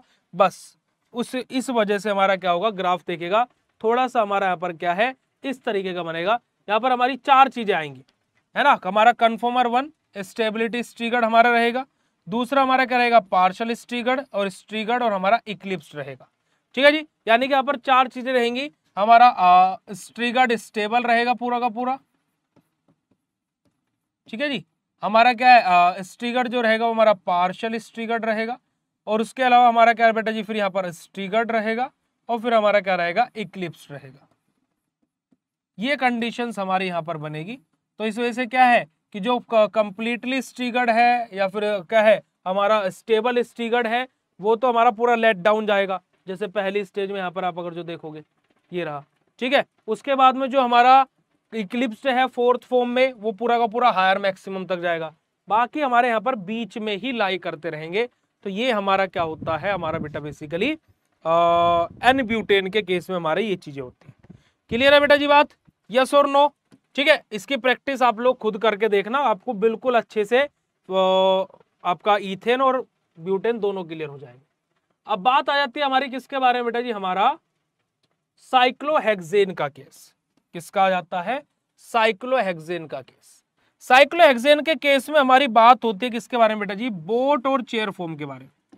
बोट और chair form 3rd semester organic chemistry 5th unit bear-stand theory, हमारा साइक्लो एल्केन्स के अंदर आप लोगों ने पढ़ा था बोट और चेयर फॉर्म के बारे में। तो हमारा जो साइक्लोहेक्सेन है ये क्या होता है, एक साइक्लो एल्केन ही है बेटा जी हमारा। तो साइक्लोहेक्सेन के केस में हमारा बेटा बेसिकली बोट और चेयर फॉर्म का जिक्र होता है। तो देखिएगा, अकॉर्डिंग टू स्कॉच and Mohr theory, cyclohexane shows 2 form of structure, है ना। स्कोच एंड मोर थ्योरी के अकॉर्डिंग जो साइक्लोहेक्सेन है वो दो स्ट्रक्चर शो करता है, एक स्ट्रक्चर शो करता है चेयर फॉर्म और एक शो करता है बोट फॉर्म। बोट फॉर्म कैसी बनेगी, ये रही, चेयर फॉर्म कैसी बनेगी, ये रही। ये बात हम लोगों ने थर्ड सेमेस्टर में ऑलरेडी पढ़ी हुई है, अब इसमें पढ़ा करके कुछ भी हमें टाइम वेस्ट या फिर कुछ भी नहीं करना है, ठीक है। आप लोग अगर जो बनाना भी चाहो तो आप लोगों को पता ही है कि हमारी बोट फॉर्म कैसे बनती है ना जी। बोट फॉर्म हमारी किस प्रकार से बनती है ये आप लोगों को भली बात ही पता ही है, और चेयर फॉर्म हमारी किस प्रकार से बनती है ये भी आप लोगों को भली बात ही पता होगा। भी आप थर्ड सेमेस्टर को पढ़े हुए कितने दिन हुए, कि हमारी चेयर फॉर्म होगी, हमारी बोट फॉर्म होगी, ठीक है जी। चलिएगा, अब यहाँ पर बात करते बेटा जी हमारी चेयर फॉर्म के बारे में। जो साइक्लोहेक्सेन है उसका जो हमारा क्या रहेगा, जो चेयर फॉर्म रहेगी वो हमारी स्ट्रिगर्ड बनेगी, और जो बोट फॉर्म रहेगी वो हमारी क्या बनेगी, इक्लिप्स्ड वाली बनेगी। बोट फॉर्म बनती है इक्लिप्स्ड और चेयर फॉर्म बनती है बेटा जी हमारी स्ट्रिगर्ड। यानी कि चेयर हमारी क्या रहेगी बेटा जी, स्ट्रिगर्ड रहेगी, और बोट हमारी क्या रहेगी बेटा जी, हमारी इक्लिप्स्ड रहेगी। ये बात आप लोगों को याद रखनी। अब ऐसा क्यों होगा, वाई की चेयर फॉर्म ही हमारी स्ट्रिगर्ड बनी है और बोट फॉर्म हमारी इक्लिप्स्ड बन रही है, ऐसा क्यों हो रहा है ना। इसके पीछे का रीजन क्या है, what was the reason behind that eclipse और स्ट्रिगर्ड के लिए। तो बेटा जी यहाँ पर हमारी बात आ जाती है, जो हमारी ये फॉर्म्स हैं, जो इनका स्ट्रक्चर हमारा ड्रॉ हो रहा है उसके बेसिस पर ये चीजें हो रही है। क्योंकि अगर जो मैं आपको चेयर फॉर्म में लेकर के जाऊं, अगर जो मैं चेयर फॉर्म का डबल पार्टीशन करता हूं, मैं इसको बीच में से काटने की कोशिश करता हूं, तो जब हम इसको फोल्ड करेंगे, फोल्ड करके देखेगा कि हमें ये क्या है, अलग ही यहाँ दिखेगा ऊपर की तरफ, आओ जो ऐसे करेगा ना, है ना। और जहां पर हमारा क्या है, अलग ही बॉन्ड दिखा रहा हो, आओ जो पीछे का बैक साइड वाले बॉन्ड दिख रहे हो आगे से भी, तो वो हमारे क्या होते हैं, स्ट्रिगर्ड फॉर्म होती है। और बोट फॉर्म का अगर जो मैं बीच में से यहाँ से ऐसे डबल क्रॉस करता हूँ और ऐसे करता हूँ, मैं इसको ऐसे फोल्ड कर देता हूँ, है ना जी। अगर जो मैं क्या है, जो मेरे ये बोट फॉर्म है, अगर जो मैं इसको ऐसे फोल्ड कर देता हूँ, तो क्या आपको पीछे वाले बॉन्ड्स दिखाई दे रहे हैं, नहीं दिखाई दे रहे, वो कंप्लीटली कवर हो गए हैं। तो हमारे क्या हो गया बेटा जी, हमारा इक्लिप्स्ड फॉर्म, इस वजह से इसको हम बोलते हैं, ठीक है। तो ये भी रीजन भी पता लग गया कि बोट फॉर्म को हमारी और इस चेयर फॉर्म हमारी क्या रहती है। बाकी अब यहाँ पर हमारा वही जो डायग्राम और चार्ट के हम बेसिस पर आएंगे बात, तो हमारा वही सब कुछ यहाँ पर रहेगा क्या, कि हमारा एनर्जी डायग्राम के बारे में बात करें तो conformer cyclohexane are as follow. Chair form रहेगी, हाफ चेयर फॉर्म बनेगी, ट्विस्ट बोट फॉर्म बनेगी और बोट फॉर्म बनेगी। चेयर फॉर्म जो कि हमारी स्ट्रिगर्ड रहेगी, है ना। हाफ चेयर फॉर्म यानी कि पार्शियली स्ट्रिगर्ड रहेगी हमारी बेटा जी। ट्विस्ट बोट फॉर्म यानी कि हमारी क्या रहेगी बेटा जी, पार्शियली हमारा इक्लिप्स रहेगा, और बोट फॉर्म हमारा क्या रहेगा, हमारा ये इक्लिप्स्ड होगा। तो जैसे अभी हम लोगों ने हमारा एन ब्यूटेन के लिए पढ़ा था, लगभग यहाँ पर भी हमारी वही चीजें बनेगी। जैसे हमारी चेयर फॉर्म रहेगी, सबसे पहली फॉर्म हमारी चेयर रहेगी, सेकंड फॉर्म हमारी क्या रहेगी, पार्शियली चेयर यानी कि हाफ चेयर फॉर्म हमारी रहेगी। सेकंड हमारी फॉर्म जो आएगी वो हमारी क्या रहेगी, हाफ चेयर फॉर्म आएगी। थर्ड नंबर पर ट्विस्ट बोट फॉर्म हमारी आएगी, क्या आएगी बेटा जी, हमारी ट्विस्ट बोट फॉर्म आएगी, क्या आएगी, ट्विस्ट बोट फॉर्म। और फोर्थ स्टेज पर जो हमारी बनेगी वो क्या बनेगी बेटा जी, हमारी बोट फॉर्म बनेगी। इसी वजह से अगर जो आप लोग यहाँ पर देखोगे तो जो ग्राफ है हमारा वो नॉर्मल लेवल को भी हमें क्रॉस करता हुआ दिखाई देगा, ये रहा, ठीक है जी। तो ये इस वजह से हमारा होता है। तो सबसे अच्छा और सबसे सटीक किसका बनता है बेटा जी, हमारा ब्यूटेन का, ठीक है। उसके बाद में हमारा इथेन का जो परफेक्ट ग्राफ ड्रॉ होता है। फिर हमारा जो ब्यूटेन होता है, ब्यूटेन का क्या होता है, जो हमारी मिनिमम और मैक्सिमम चीजें हैं, मिनिमम और मैक्सिमम जो चीजें हैं, मिनिमम और मैक्सिमम एनर्जी के बीच में ही ये लाई करता है, पर वेरिएशन यहां पर भी आते हैं। और जो हमारा बेटा जी साइक्लोहेक्सेन वाला केस है, यहां पर क्या होगा बेटा जी, हमारा जो मिनिमम और मैक्सिमम लाइन है उनको भी क्रॉस कर दिया जाएगा, उनको भी क्या है बेटा जी, लिमिट नहीं रखी जाएगी। यहां तक की क्लास जिस बच्चे को क्लियर हुई हो फटाक से चैट सेशन में कंफर्म करेगा भाई। किसके बारे में बात करेंगे, एट्रोपी आइसोमेरिज्म के बारे में बात करते हैं बेटा जी। अब हमारे एट्रोपी आइसोमेरिज्म के बारे में 7 मार्क्स में यहां से क्वेश्चन 1 से 2 बार देखने को मिला है, एंड इस बार चांसेस शायद ना बने इसके आने के, पर लेकिन एट्रोपी आइसोमेरिज्म बड़ा ही सिंपल और कुछ भी डिफिकल्टी वाला इसमें कॉन्सेप्ट नहीं होता है। अब एट्रोपी आइसोमेरिज्म क्या होता है, अगर जो मैं एट्रोपी आइसोमेरिज्म का आपको बोलूं कि ज्योमेट्रिकल आइसोमेरिज्म का भाई होता है, तो आपको ये बात मानने पड़ जाएगी, पर आप बोलोगे भैया क्यों बोला आपने ऐसा। अभी मैंने आपको क्या बताया था कि ज्योमेट्रिकल आइसोमेरिज्म क्या होता है प्यारे बच्चों, जहां पर हमारा डबल बॉन्ड का रोटेशन है ना।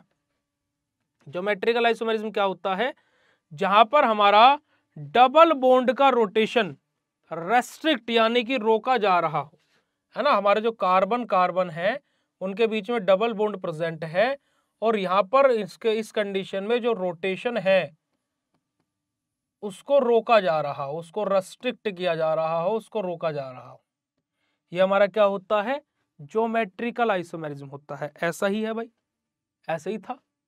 अब एट्रोपी आइसोमेरिज्म क्या होता है कि जब कार्बन कार्बन के बीच में सिंगल बॉन्ड हो और वहां पर रोटेशन को रेस्ट्रिक्ट किया जाए, रोका जाए, तो उसको हम लोग एट्रोपी आइसोमेरिज्म बोलते हैं, आइसोमर बोलते हैं, और इसी फिनोमेना को एट्रोपी आइसोमेरिज्म बोलते हैं। तो समझ में आया मैंने एट्रोपी आइसोमेरिज्म को ज्योमेट्रिकल आइसोमेरिज्म का भाई क्यों बोला। और अगर जो समझ में आ गया हो बेटा जी, तो फटाक से चैट सेशन में हार्ट वाला इमोजी भेज दीजिएगा। अब एट्रोपी के वर्ड में ही उसकी पूरी डेफिनेशन छुपी हुई है, तो आ जाइएगा देखिएगा बेटा जी। अगर जो हम लोग एट्रोपी के वर्ड में ही आपको बता दें कि उसकी डेफिनेशन छुपी हुई है, देखिएगा एट्रोपी आइसोमेरिज्म, ए मतलब क्या होता है, एब्सेंस ऑफ, है ना। TROPI मतलब क्या होता है, रोटेशन, यानी कि एब्सेंस ऑफ रोटेशन। एट्रोपी का मतलब क्या हो गया, एब्सेंस ऑफ रोटेशन। और आइसोमेरिज्म का मतलब क्या, स्टीरियो आइसोमर्स। तो ऐसे स्टीरियो आइसोमर्स जिनके पास में एंगल ऑफ जो एब्सेंस जो क्या है बेटा जी, रोटेशन है, उसके एब्सेंस हो, कोई एंगल ऑफ रोटेशन वहां पर ना हो, है ना, अराउंड सिंगल बॉन्ड, तो हमारा क्या होता है, ऐसे ही आइसोमर को हम लोग क्या बोलते हैं बेटा जी, हमारा एट्रोपी आइसोमर बोलते हैं। और इसी फिनोमेना को हम लोग एट्रोपी आइसोमेरिज्म बोलते हैं। आई बात समझ में थी कि हमारा एट्रोपी आइसोमेरिज्म हमारा क्या होता है। चलिएगा अब यहां पर देखिएगा कि हमारा क्या है कि डबल बॉन्ड के अराउंड जो रोटेशन को रेस्ट्रिक्ट किया जा रहा था, ये तो था ज्योमेट्रिकल आइसोमेरिज्म, ठीक है। और वहीं पर ही जब रोटेशन हमारा रेस्ट्रिक्ट होगा बेटा जी, क्या, सिंगल बॉन्ड के अराउंड, देखो सिंगल बॉन्ड है, तो हमारा क्या होगा, एट्रोपी आइसोमेरिज्म होगा। ये हमारा क्या होगा बेटा जी, एट्रोपी आइसोमेरिज्म होगा। सब नो सर बोल रहे हैं, यही तो हम बोल रहे हैं। But in case of atrophy isomerism single bond containing carbon not rotate. अब एट्रोपी आइसोमेरिज्म में हमारा क्या होगा, सिंगल बॉन्ड कार्बन रोटेट नहीं होंगे। अब जैसे मैं आपसे बोलूं कि अगर जो सिंगल बॉन्ड, भाई जैसे आपसे एग्जामिनर आकर के क्वेश्चन पूछने के जब आपका प्रैक्टिकल होगा कि बेटा जी ये बताइए कि अगर जो सिंगल बॉन्ड के अराउंड कार्बन जो है वो रोटेट ना कर पाए तो ऐसा आइसोमेरिज्म को क्या बोलते हैं, तो आपका आंसर क्या होगा कि सर ऐसे आइसोमर को हम लोग एट्रोपी आइसोमर बोलते हैं। ठीक है, आ रही है बात समझ बेटा जी, क्लियर है बात, यस और no, write down in chat session फटाक से जी। चलेगा जी, अब रीजन जानते हैं कि ऐसा क्यों होता है कि सिंगल बॉन्ड के अराउंड रोटेशन नहीं हो पाता है। इसका सबसे बड़ा रीजन है बेटा जी, क्योंकि यहां पर बहुत हैवी एटम्स आकर के अटैच होते हैं कार्बन के पास में। क्या होते हैं, हैवी बड़े बड़े एटम्स आकर के अटैच होते हैं। ठीक है जी, तो देखिएगा कि they have an heavy metal यानी कि बल्कि एट देयर ऑर्थो पोजीशन। क्या होता है, जो इनकी ऑर्थो पोजीशंस होती हैं वहां पर क्या होते हैं, बल्कि यानी कि हैवी एटम्स आकर के अटैच होते हैं। ठीक है जी, they attach with each other perpendicularly. अब जो ये दूसरे के एक दूसरे से जब ये अटैच होते हैं तो कैसे अटैच होते हैं बेटा जी, परपेंडिकुलरली। परपेंडिकुलर मतलब क्या, जहां पर 90 डिग्री का एंगल बनता हो। पैरेलल होता है कि जो कभी आपस में मिले ही ना, जैसे नदी के दो किनारे कभी आपस में मिलेंगे ही नहीं। ठीक है, और बेटा जी तुम अगर जो ऐसी सी प्रकार के मेहनत करोगे ना तो तुम वो किनारे बन जाओगे कि जो तुम अपने आशिक से मिल लेगा, वरना जीवन भर वो उधर किनारे पर रहेगी और तुम इधर किनारे पर रहोगे, और बीच में समाज रूपी जो धाराएं हैं ना वो बहती रहेगी तुम्हारे बीच में, और तुम दोनों कभी एक ना हो पाओगे। ठीक है, तो अगर जो अपनी मोहब्बत को बनाना चाहते अपना तो रुपया कमाओ बेटा जी। ठीक है जी, चलिएगा आगे बात करते हैं। When they rotate here we see steric hindrance. सबसे बड़ा रीजन ये है क्योंकि बल्कि एटम्स आकर के अटैच हो गए, एक दूसरे के परपेंडिकुलर भी अटैच हो गए, दूसरी चीज। और तीसरी सबसे बड़ी बात कि जैसे ही ये रोटेट करना चाहते हैं तुरंत क्या हो जाता है, स्टेरिक हिंड्रेंस लग जाता है यहाँ पर। अब इसका सबसे बेस्ट एग्जांपल ऐसे समझो कि जैसे आप कोई मशीन चला रहे हो, ठीक है, वो मशीन चल सकती है, वो मशीन रोटेट हो सकती है और वो अचानक से ऐसे घट घट घट घट घट घट घट घट की आवाज करे। जैसे आपने कभी वॉशिंग मशीन में देखा होगा, जब मम्मी घर पर कभी वॉशिंग मशीन में कपड़े सुखाती है तो जिधर सुखाने वाली साइड, अब आपके घर पे ऑटोमेटिक होगी तो भाई आप अमीर लोग हो, और हमारे घर में तो ऐसी है कि एक तरफ कपड़े धुलते हैं, दूसरी तरफ फिर उसने निकाल करके सुखाने वाली साइड में डालना पड़ता है। ठीक है जी, हमारे घर पर सेमी ऑटोमेटिक है, फुल्ली ऑटोमेटिक नहीं है। तो क्या होता है जी कि वो क्या है कि जब उन कपड़ों को निकाल करके इधर दूसरी सुखाने वाली साइड मम्मी डालती है, तो कोई कपड़ा अगर जो इधर उधर अपनी डायरेक्शन या फिर किसी कारणवश ज्यादा कम या ज्यादा कपड़े हो जाते हैं, तो जैसे उसको घुमाते हैं ना, उसे घट घट घट घट घट की आवाज करने लगता है, तुरंत मम्मी उसे मशीन को बंद करके फिर उसको अरेंज करने लगती है। तो ऐसे यहाँ पर होता है कि जैसे ये घूमने की कोशिश करते, देखो ज्योमेट्रिकल आइसोमेरिज्म में भी डबल बॉन्ड के अराउंड घूमने की कोशिश कर रहे थे, पर हमने एक डंडा अड़ा दिया था, हमने एक ऐसा कंपाउंड अड़ा दिया था जो रोटेशन होने से रोक रहा था। ऐसे यहाँ पर है कि जब ये रोटेशन होने की कोशिश करेंगे तुरंत हिस्टेरिक हिंड्रेंस आ जाएगा, क्या कर रहा क्या कर रहा, अंदर चलो अंदर चलो अंदर चलो। तो वही चीज है। ठीक है जी, तो यही बात यहाँ पर हो रही है, यही बात यहाँ पर हो रही है कि यहाँ पर क्या आ जाएगा बेटा जी, हमारा हिस्टेरिक हिंड्रेंस आ जाएगा। बात हुई क्लियर या नहीं हुई? यस और no, write down in chat session मेरे प्यारे प्यारे गुड्डू गुड़ियाओ, जल्दी से चैट सेशन में बता दो बात क्लियर हुई या नहीं हुई? हुई हुई हुई हुई हुई। Condition for optical activity and for atropisomerism की ऑप्टिकल एक्टिविटी और एट्रोपी आइसोमेरिज्म के लिए हमारी क्या क्या कंडीशंस होते हैं। जैसे condition number 1, there should be any functional group atom at ortho position of the ring, जैसे कि हमारा क्या है, substituted at ortho position with the large size such as Cl, Br, I, NO2, SO3H etcetera etcetera. यानी कि क्या होगा कि सबसे पहली चीज जो हमारी एट्रोपी आइसोमेरिज्म रहेगी उसकी कंडीशन क्या रहेगी बेटा जी, कि जो ऑर्थो पोजिशन है वहां पर बल्कि एटम आकर के अटैच होना चाहिए, जैसे कि Cl, Br, I, F, SO3H हमारा है ना, इस तरीके के कंपाउंड्स। वहीं पर दूसरी चीज क्या है, each ring must be resolvable for that A is not equals to B and C is not equals to C। मतलब कि क्या, कि हमारी जो दोनों की दोनों रिंग्स रहेंगी उसमें जैसे मेरा क्या हुआ, ये A है बेटा जी, ठीक है, ये B है, ये C है और ये D है। तो क्या बोला गया, A B के जैसा नहीं रहेगा और C D के जैसा नहीं रहेगा। बात मैंने पहले भी आप लोगों को बताई हुई है। ठीक है जी, यहाँ पर अगर जो आप लोग देखोगे ये A है मान लीजिए, ये B है, ये C है मान लीजिए और ये D है, तो क्या है, A B के जैसा नहीं है, C D के जैसा नहीं है। ऐसा नहीं हो सकता है। हाँ ऐसा हो सकता है कि A C के बराबर हो जाए, B D के बराबर हो जाए, या फिर A D के बराबर हो जाए और B C के बराबर हो जाए, ऐसा हो सकता है, ऐसा हो सकता है। ठीक है, ठीक है जी। तीसरा पॉइंट हमारा रहता है बच्चा, अभी एक बार ये चारों पॉइंट बता दूं फिर रिपीट करना। ठीक है, these are restricted rotation about the bond between two phenyl ring due to the steric hindrance between the bulky ortho substrates। हमारे क्या होते हैं कि हमारा क्या होता है बेटा जी, जो हमारी दोनों की दोनों रिंग्स जुड़ी हुई हैं, इन दोनों की दोनों रिंग्स जब हम रोटेशन करते हैं तो यहाँ पर क्या हो जाता है, स्टेरिक हिंड्रेंस आ जाता है। क्यों आ जाता है, क्योंकि इन दोनों ही रिंग के जो ऑर्थो पोजीशंस हैं, जो इन दोनों ही रिंग की जो ऑर्थो पोजीशंस हैं, उन पोजीशंस पर क्या हमारे बल की यानी कि क्या है, हैवी एटम्स अटैच हुए में है। ठीक है जी, these phenyl ring lies in different planes which are perpendicular, the molecule become chiral and exhibits enantiomers. हमारा अब क्या होता है बेटा बेसिकली, अब यहाँ पर क्या होता है कि ये दोनों की दोनों जो रिंग्स है ये एक दूसरे के परपेंडिकुलरली अटैच होती है। अब परपेंडिकुलरली अटैच होने की वजह से तो हमें यहाँ पर क्या मिल जाता है, हमारा कैरिल कार्बन मिल जाता है। परपेंडिकुलरली अटैच होते तो हमें यहाँ से क्या हमारा बेटा जी कैरिल मॉलिक्यूल मिल जाता है, जिसके वजह से जो हमारे ये एट्रोपी आइसोमेरिज्म में हमारे क्या हो जाता है बेटा जी, हमारे क्या हो जाते हैं, हमारे इनेंशियोमर्स हमें मिल जाते हैं। यहाँ से हमें क्या मिल जाता है बेटा जी, हमारे इनेंशियोमर हम लोगों को देखने को मिल जाते हैं। बायफिनाइल कंपाउंड भी हम इनको बोलते हैं। ठीक है जी, अब यहाँ पर ये बात अभी एक बच्चा बोल रहा था कि भैया इसको दोबारा से रिपीट कर दो, तो बच्चा कौन सा पॉइंट दोबारा से रिपीट करना है प्लीज मुझे बता दीजिए। कार्तिक राय जी आपको समझ में नहीं आया, बाकी सब बच्चों क्लियर हो रहा है, कौन सा पॉइंट समझ में नहीं आया बेटा जी प्लीज एक बार बता दीजिए, अदरवाइज मैं इसको दोबारा से शॉर्ट में रिपीट कर देता हूं। शॉर्ट में रिपीट कर देते हैं।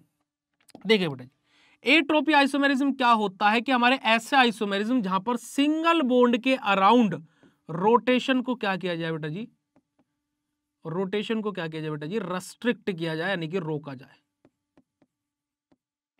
ठीक है, सिंगल बॉन्ड के अराउंड रोटेशन को रोका जाए। जहां डबल बॉन्ड के अराउंड रोका जा रहा था वहां वो ज्योमेट्रिकल आइसोमेरिज्म था, यहाँ पर सिंगल बॉन्ड के अराउंड रोटेशन को रोका जा रहा है।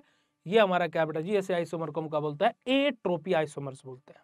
ठीक है, अब सिंगल बॉन्ड के अराउंड रोटेशन रेस्ट्रिक्ट हो कैसे रहा है, सिंगल बॉन्ड के अराउंड रोटेशन रुक कैसे रहा है? इसका सबसे बड़ा रीजन है कि जो हमारे यहाँ पर हम जो फिनाइल ग्रुप हमारे लेते हैं उसकी जो ऑर्थो पोजीशन है वहां पर हमारे क्या अटैच होते हैं बेटा जी? हमारे बल्की ग्रुप अटैच होते हैं। बल्की यानी कि क्या? Heavy groups. क्या अटैच होते हैं बेटा जी? हैवी ग्रुप्स अटैच होते हैं। और दूसरा सबसे बड़ा रीजन इसके लिए हमारा क्या बेटा जी? यहां पर हमारा अप्लाई हो जाता है स्टेरिक हैंड्रेंस। क्या अप्लाई हो जाता है बेटा जी? स्टेरिक हैंड्रेंस। आई बात समझ में? ठीक है, आई बात समझ बेटा जी? हमारे यहाँ पर क्या अप्लाई हो जाता है? स्टेरिक हैंड्रेंस अप्लाई हो जाता है। चलिएगा, अब आगे बात करते हैं। हम लोगों ने क्या देखा कि ये तो हमें समझ में आ गया कि सिंगल बॉन्ड के अराउंड रोटेशन रेस्ट्रिक्ट होता है। अब यहाँ पर हम लोगों ने बात करी हमारा कि जो एट्रोपी आइसोमेरिज्म होते हैं बेटा जी, इसमें हम लोगों ने आपको पॉइंट नंबर 1 पर आपको क्या बताया कि बेसिकली क्या है कि जो हमारे जो ग्रुप्स यहाँ पर प्रेजेंट रहेंगे, ठीक है, तो हमारे क्या रहेंगे? जो ए वाला ग्रुप है वो बी के बराबर नहीं होगा और जो सी वाला ग्रुप है वो डी के बराबर नहीं होगा, जबकि हमारा ए सी के बराबर हो सकता है, बी डी के बराबर हो सकता है और बी सी के बराबर हो सकता है और डी ए के बराबर हो सकता है। ये दोनों ही कंडीशंस पॉसिबल हैं, बट ए बी के बराबर और सी डी के बराबर नहीं हो सकता है। दूसरी बात हम लोगों ने क्या पढ़ी? दूसरा पॉइंट हम लोगों ने क्या देखा बेटा जी? कि जो ऑर्थो पोजीशन होगी हमारी, वहां पर हमारे बल्की ग्रुप्स अटैच होंगे। बल्की ग्रुप कौन कौन से? जैसे कि हमारा SO3H हो गया, जैसे कि हमारा COOH हो गया, जैसे कि बेटा जी हमारा Cl हो गया, Br हो गया, I हो गया, एसेट्रा। इस तरीके के बल्की ग्रुप्स हमारे अटैच होंगे ताकि कि क्या कर सके? हमारा रोटेशन को रेस्ट्रिक्ट कर सके ऑर्थो पोजीशन पर। ठीक है जी। तीसरा पॉइंट हमने आपको क्या बताया प्यारे बच्चों? तीसरा पॉइंट हमने आपको बताया कि क्या होगा कि अब जैसे हमारा ये रोटेशन रेस्ट्रिक्ट होगा, क्यों? क्योंकि देखो सबसे पहली बात तो कि जो हमारे दोनों फिनाइल ग्रुप लगे हुए हैं, जैसे ही सिंगल बॉन्ड के अराउंड रोटेशन होने की कोशिश होगी, तुरंत क्या होगा? ये बल्की ग्रुप यहाँ पर प्रेजेंट है, ये यहाँ पर क्या होगा? ये यहाँ पर क्या अप्लाई करवा देंगे? स्टेरिक हैंड्रेंस अप्लाई करा देंगे, स्टेरिक हैंड्रेंस, जिसके कारणवश बेटा जी रोटेशन, जिसके कारणवश क्या होगा बेटा जी? जो रोटेशन है वो क्या हो जाएगा? रेस्ट्रिक्ट हो जाएगा। और रेस्ट्रिक्ट हो जाएगा और ये एक दूसरे के कैसे अटैच होते हैं? परपेंडिकुलरली अटैच होते हैं। तो यहां पर हमें क्या मिल जाएगा बेटा जी? हमारा एक कैरिल मॉलिक्यूल मिल जाएगा, किसके अंदर? बाइफिनाइल मॉलिक्यूल के अंदर। ठीक है जी, यहां पर हमें क्या दिख जाएगा? एक हमारा इनेंशियोमर हो जाएगा। यही सारी की सारी चीजें हमने जस्ट यहां पर आपको बताई है, अगर जो आप इन सारे पॉइंट्स में पढ़ेंगे। अभी क्लियर है बेटा जी? अभी क्लियर है प्यारे बच्चे जी? कीर्तिका राय बेटा जी अभी क्लियर है? फिर हम लोग बात करते हैं हमारा स्टीरियो केमिस्ट्री रिएक्शन के बारे में, जहां पर हम लोग 3 रिएक्शन के बारे में बात करेंगे: स्टीरियो स्पेसिफिक, स्टीरियो सिलेक्टिव और रेडियो सिलेक्टिव। अब तीनों रिएक्शन वन वर्ड रिएक्शंस हैं, तीनों रिएक्शन वन वर्ड रिएक्शन है। कैसे? स्टीरियो स्पेसिफिक रिएक्शन यानी कि क्या कि मेरा क्या बेटा जी? कोई मेरा आइसोमर है, ठीक है, उससे मुझे एक और दूसरा आइसोमर मिल जाना, पर एक ही। ऐसी रिएक्शन को हम लोग क्या बोलते हैं? स्टीरियो स्पेसिफिक रिएक्शन बोलते हैं। समझ में आई बात? समझ में आई बात बेटा जी? जैसे यहां पर आप एग्जांपल देखोगे, ये मेरे पास में यहां पर क्या है? सिस आइसोमर है, मैंने इसके Br2 के साथ में रिएक्शन कराई, यहां से मुझे क्या मिला बेटा जी? हमारा क्या है बेटा? बेसिकली हमारा क्या है? एक स्पेसिफिक कंपाउंड मुझे यहां पर देखने को मिला। तो ये मेरी क्या होता है बेटा जी? स्टीरियो स्पेसिफिक रिएक्शन होती है। ठीक है जी, आगे बात करते हैं हमारी स्टीरियो सिलेक्टिव रिएक्शन के बारे में। किसके बारे में? स्टीरियो सिलेक्टिव रिएक्शन के बारे में। स्टीरियो सिलेक्टिव मतलब क्या कि यहां पर मुझे 2 आइसोमर देखने को मिलेंगे। जैसे आप लोगों ने सेकंड सेमेस्टर में याद है आप लोगों ने पढ़ा था क्या? E1 and E2 reaction, E1 and E2 reaction, है ना? वहां पर आप लोगों ने देखा होगा कि जब हम लोग मार्कोनिकोव, एंटी मार्कोनिकोव, सिटजिप प्रोडक्ट अपना बनाते हैं, सिटजिप और होफमैन, याद है? सिटजिप प्रोडक्ट हमारा और होफमैन प्रोडक्ट। सिटजिप हमारा बनता था 80%, होफमैन बनता था 20%। याद है आप लोगों को ये सब चीजें? याद है नहीं है? तो स्टीरियो सिलेक्टिव में हमारा क्या होगा? 2 कंपाउंड मुझे मिलेंगे। एक मेरा होगा जो 80% मेजर क्वालिटी में होगा, जो कि क्या होगा? मेजर होगा, और एक होगा माइनर, है ना? यानी कि मैं इन दोनों में से कोई भी एक को सिलेक्ट कर सकता हूं। मेरे पास में 2 ऑप्शंस हैं। अब मेरे पास में 2 ऑप्शंस हैं, तो ऐसी रिएक्शंस क्या होती है बेटा जी, मेरी स्टीरियो सिलेक्टिव होती है। यहाँ पर अगर जो आप देखोगे तो देखिए Y बना और Z बना, Y 80% है, Z 20% है। तो ऐसी रिएक्शंस मेरी क्या होती है बेटा जी, स्टीरियो सिलेक्टिव रिएक्शंस होती है। और तीसरा मेरा आ जाता है बेटा जी क्या, हमारा रेजियो सिलेक्टिव, जहां पर हमारे क्या होंगे, दो प्रोडक्ट या फिर दो से ज्यादा प्रोडक्ट हमारे बनेंगे और these product are stereo isomer to each other. यानी कि क्या, कि जो मेरे दो या दो से ज्यादा प्रोडक्ट जो मुझे बनते हुए दिखाई देंगे, ये एक दूसरे क्या होंगे, स्टीरियो आइसोमर होंगे।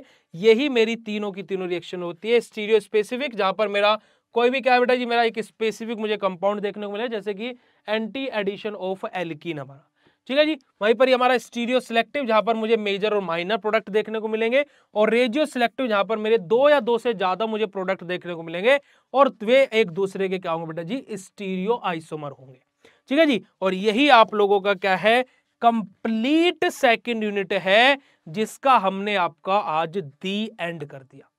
पूरा का पूरा सेकंड यूनिट बेटा जी आप लोगों का इसी के साथ में समाप्त, खत्म हो जाता है। और अगर जो आप लोगों को मेहनत ना दिखाई देती हो तो आप देख सकते हो कि हमारी इस टाइम पर घड़ी जो है वो पूरी भीग चुकी है, ठीक है जी। तो वही बोलते हैं ना, आप लोग तो पंखे में बैठ करके इस टाइम पर मजे से क्लास ले रहे होंगे। मेहनत क्या होती है वो उसको बोलते हैं, पसीना जो निकल रहा है ना, मेहनत है। ये जो पसीना निकल रहा है ना, ये मेहनत है, ठीक है जी। तो भाई प्लीज मेहनत पर ध्यान दीजिए, वो सबसे ज्यादा जरूरी है। बाकी और कुछ चीज काम आए या ना आए, मेहनत सबसे ज्यादा काम आती है, ठीक है मेरे बच्चों। तो ये आप लोगों की second unit in one shot हम लोगों ने खत्म कर लिया। अब आपकी कल हम लोग थर्ड यूनिट वन शॉट में आपकी खत्म कराएंगे। तो आप लोग कल आपसे मुलाकात होगी। और आज का ये लेक्चर कैसा लगा, फटाक से चैट सेशन में कंफर्म कर दीजिएगा विद योर हार्ट वाला इमोजी, जल्दी से बेटा जी, क्योंकि देखिए एग्जाम ने घंटी बजा दी है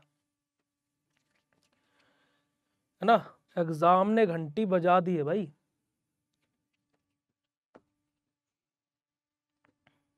ठीक है जी।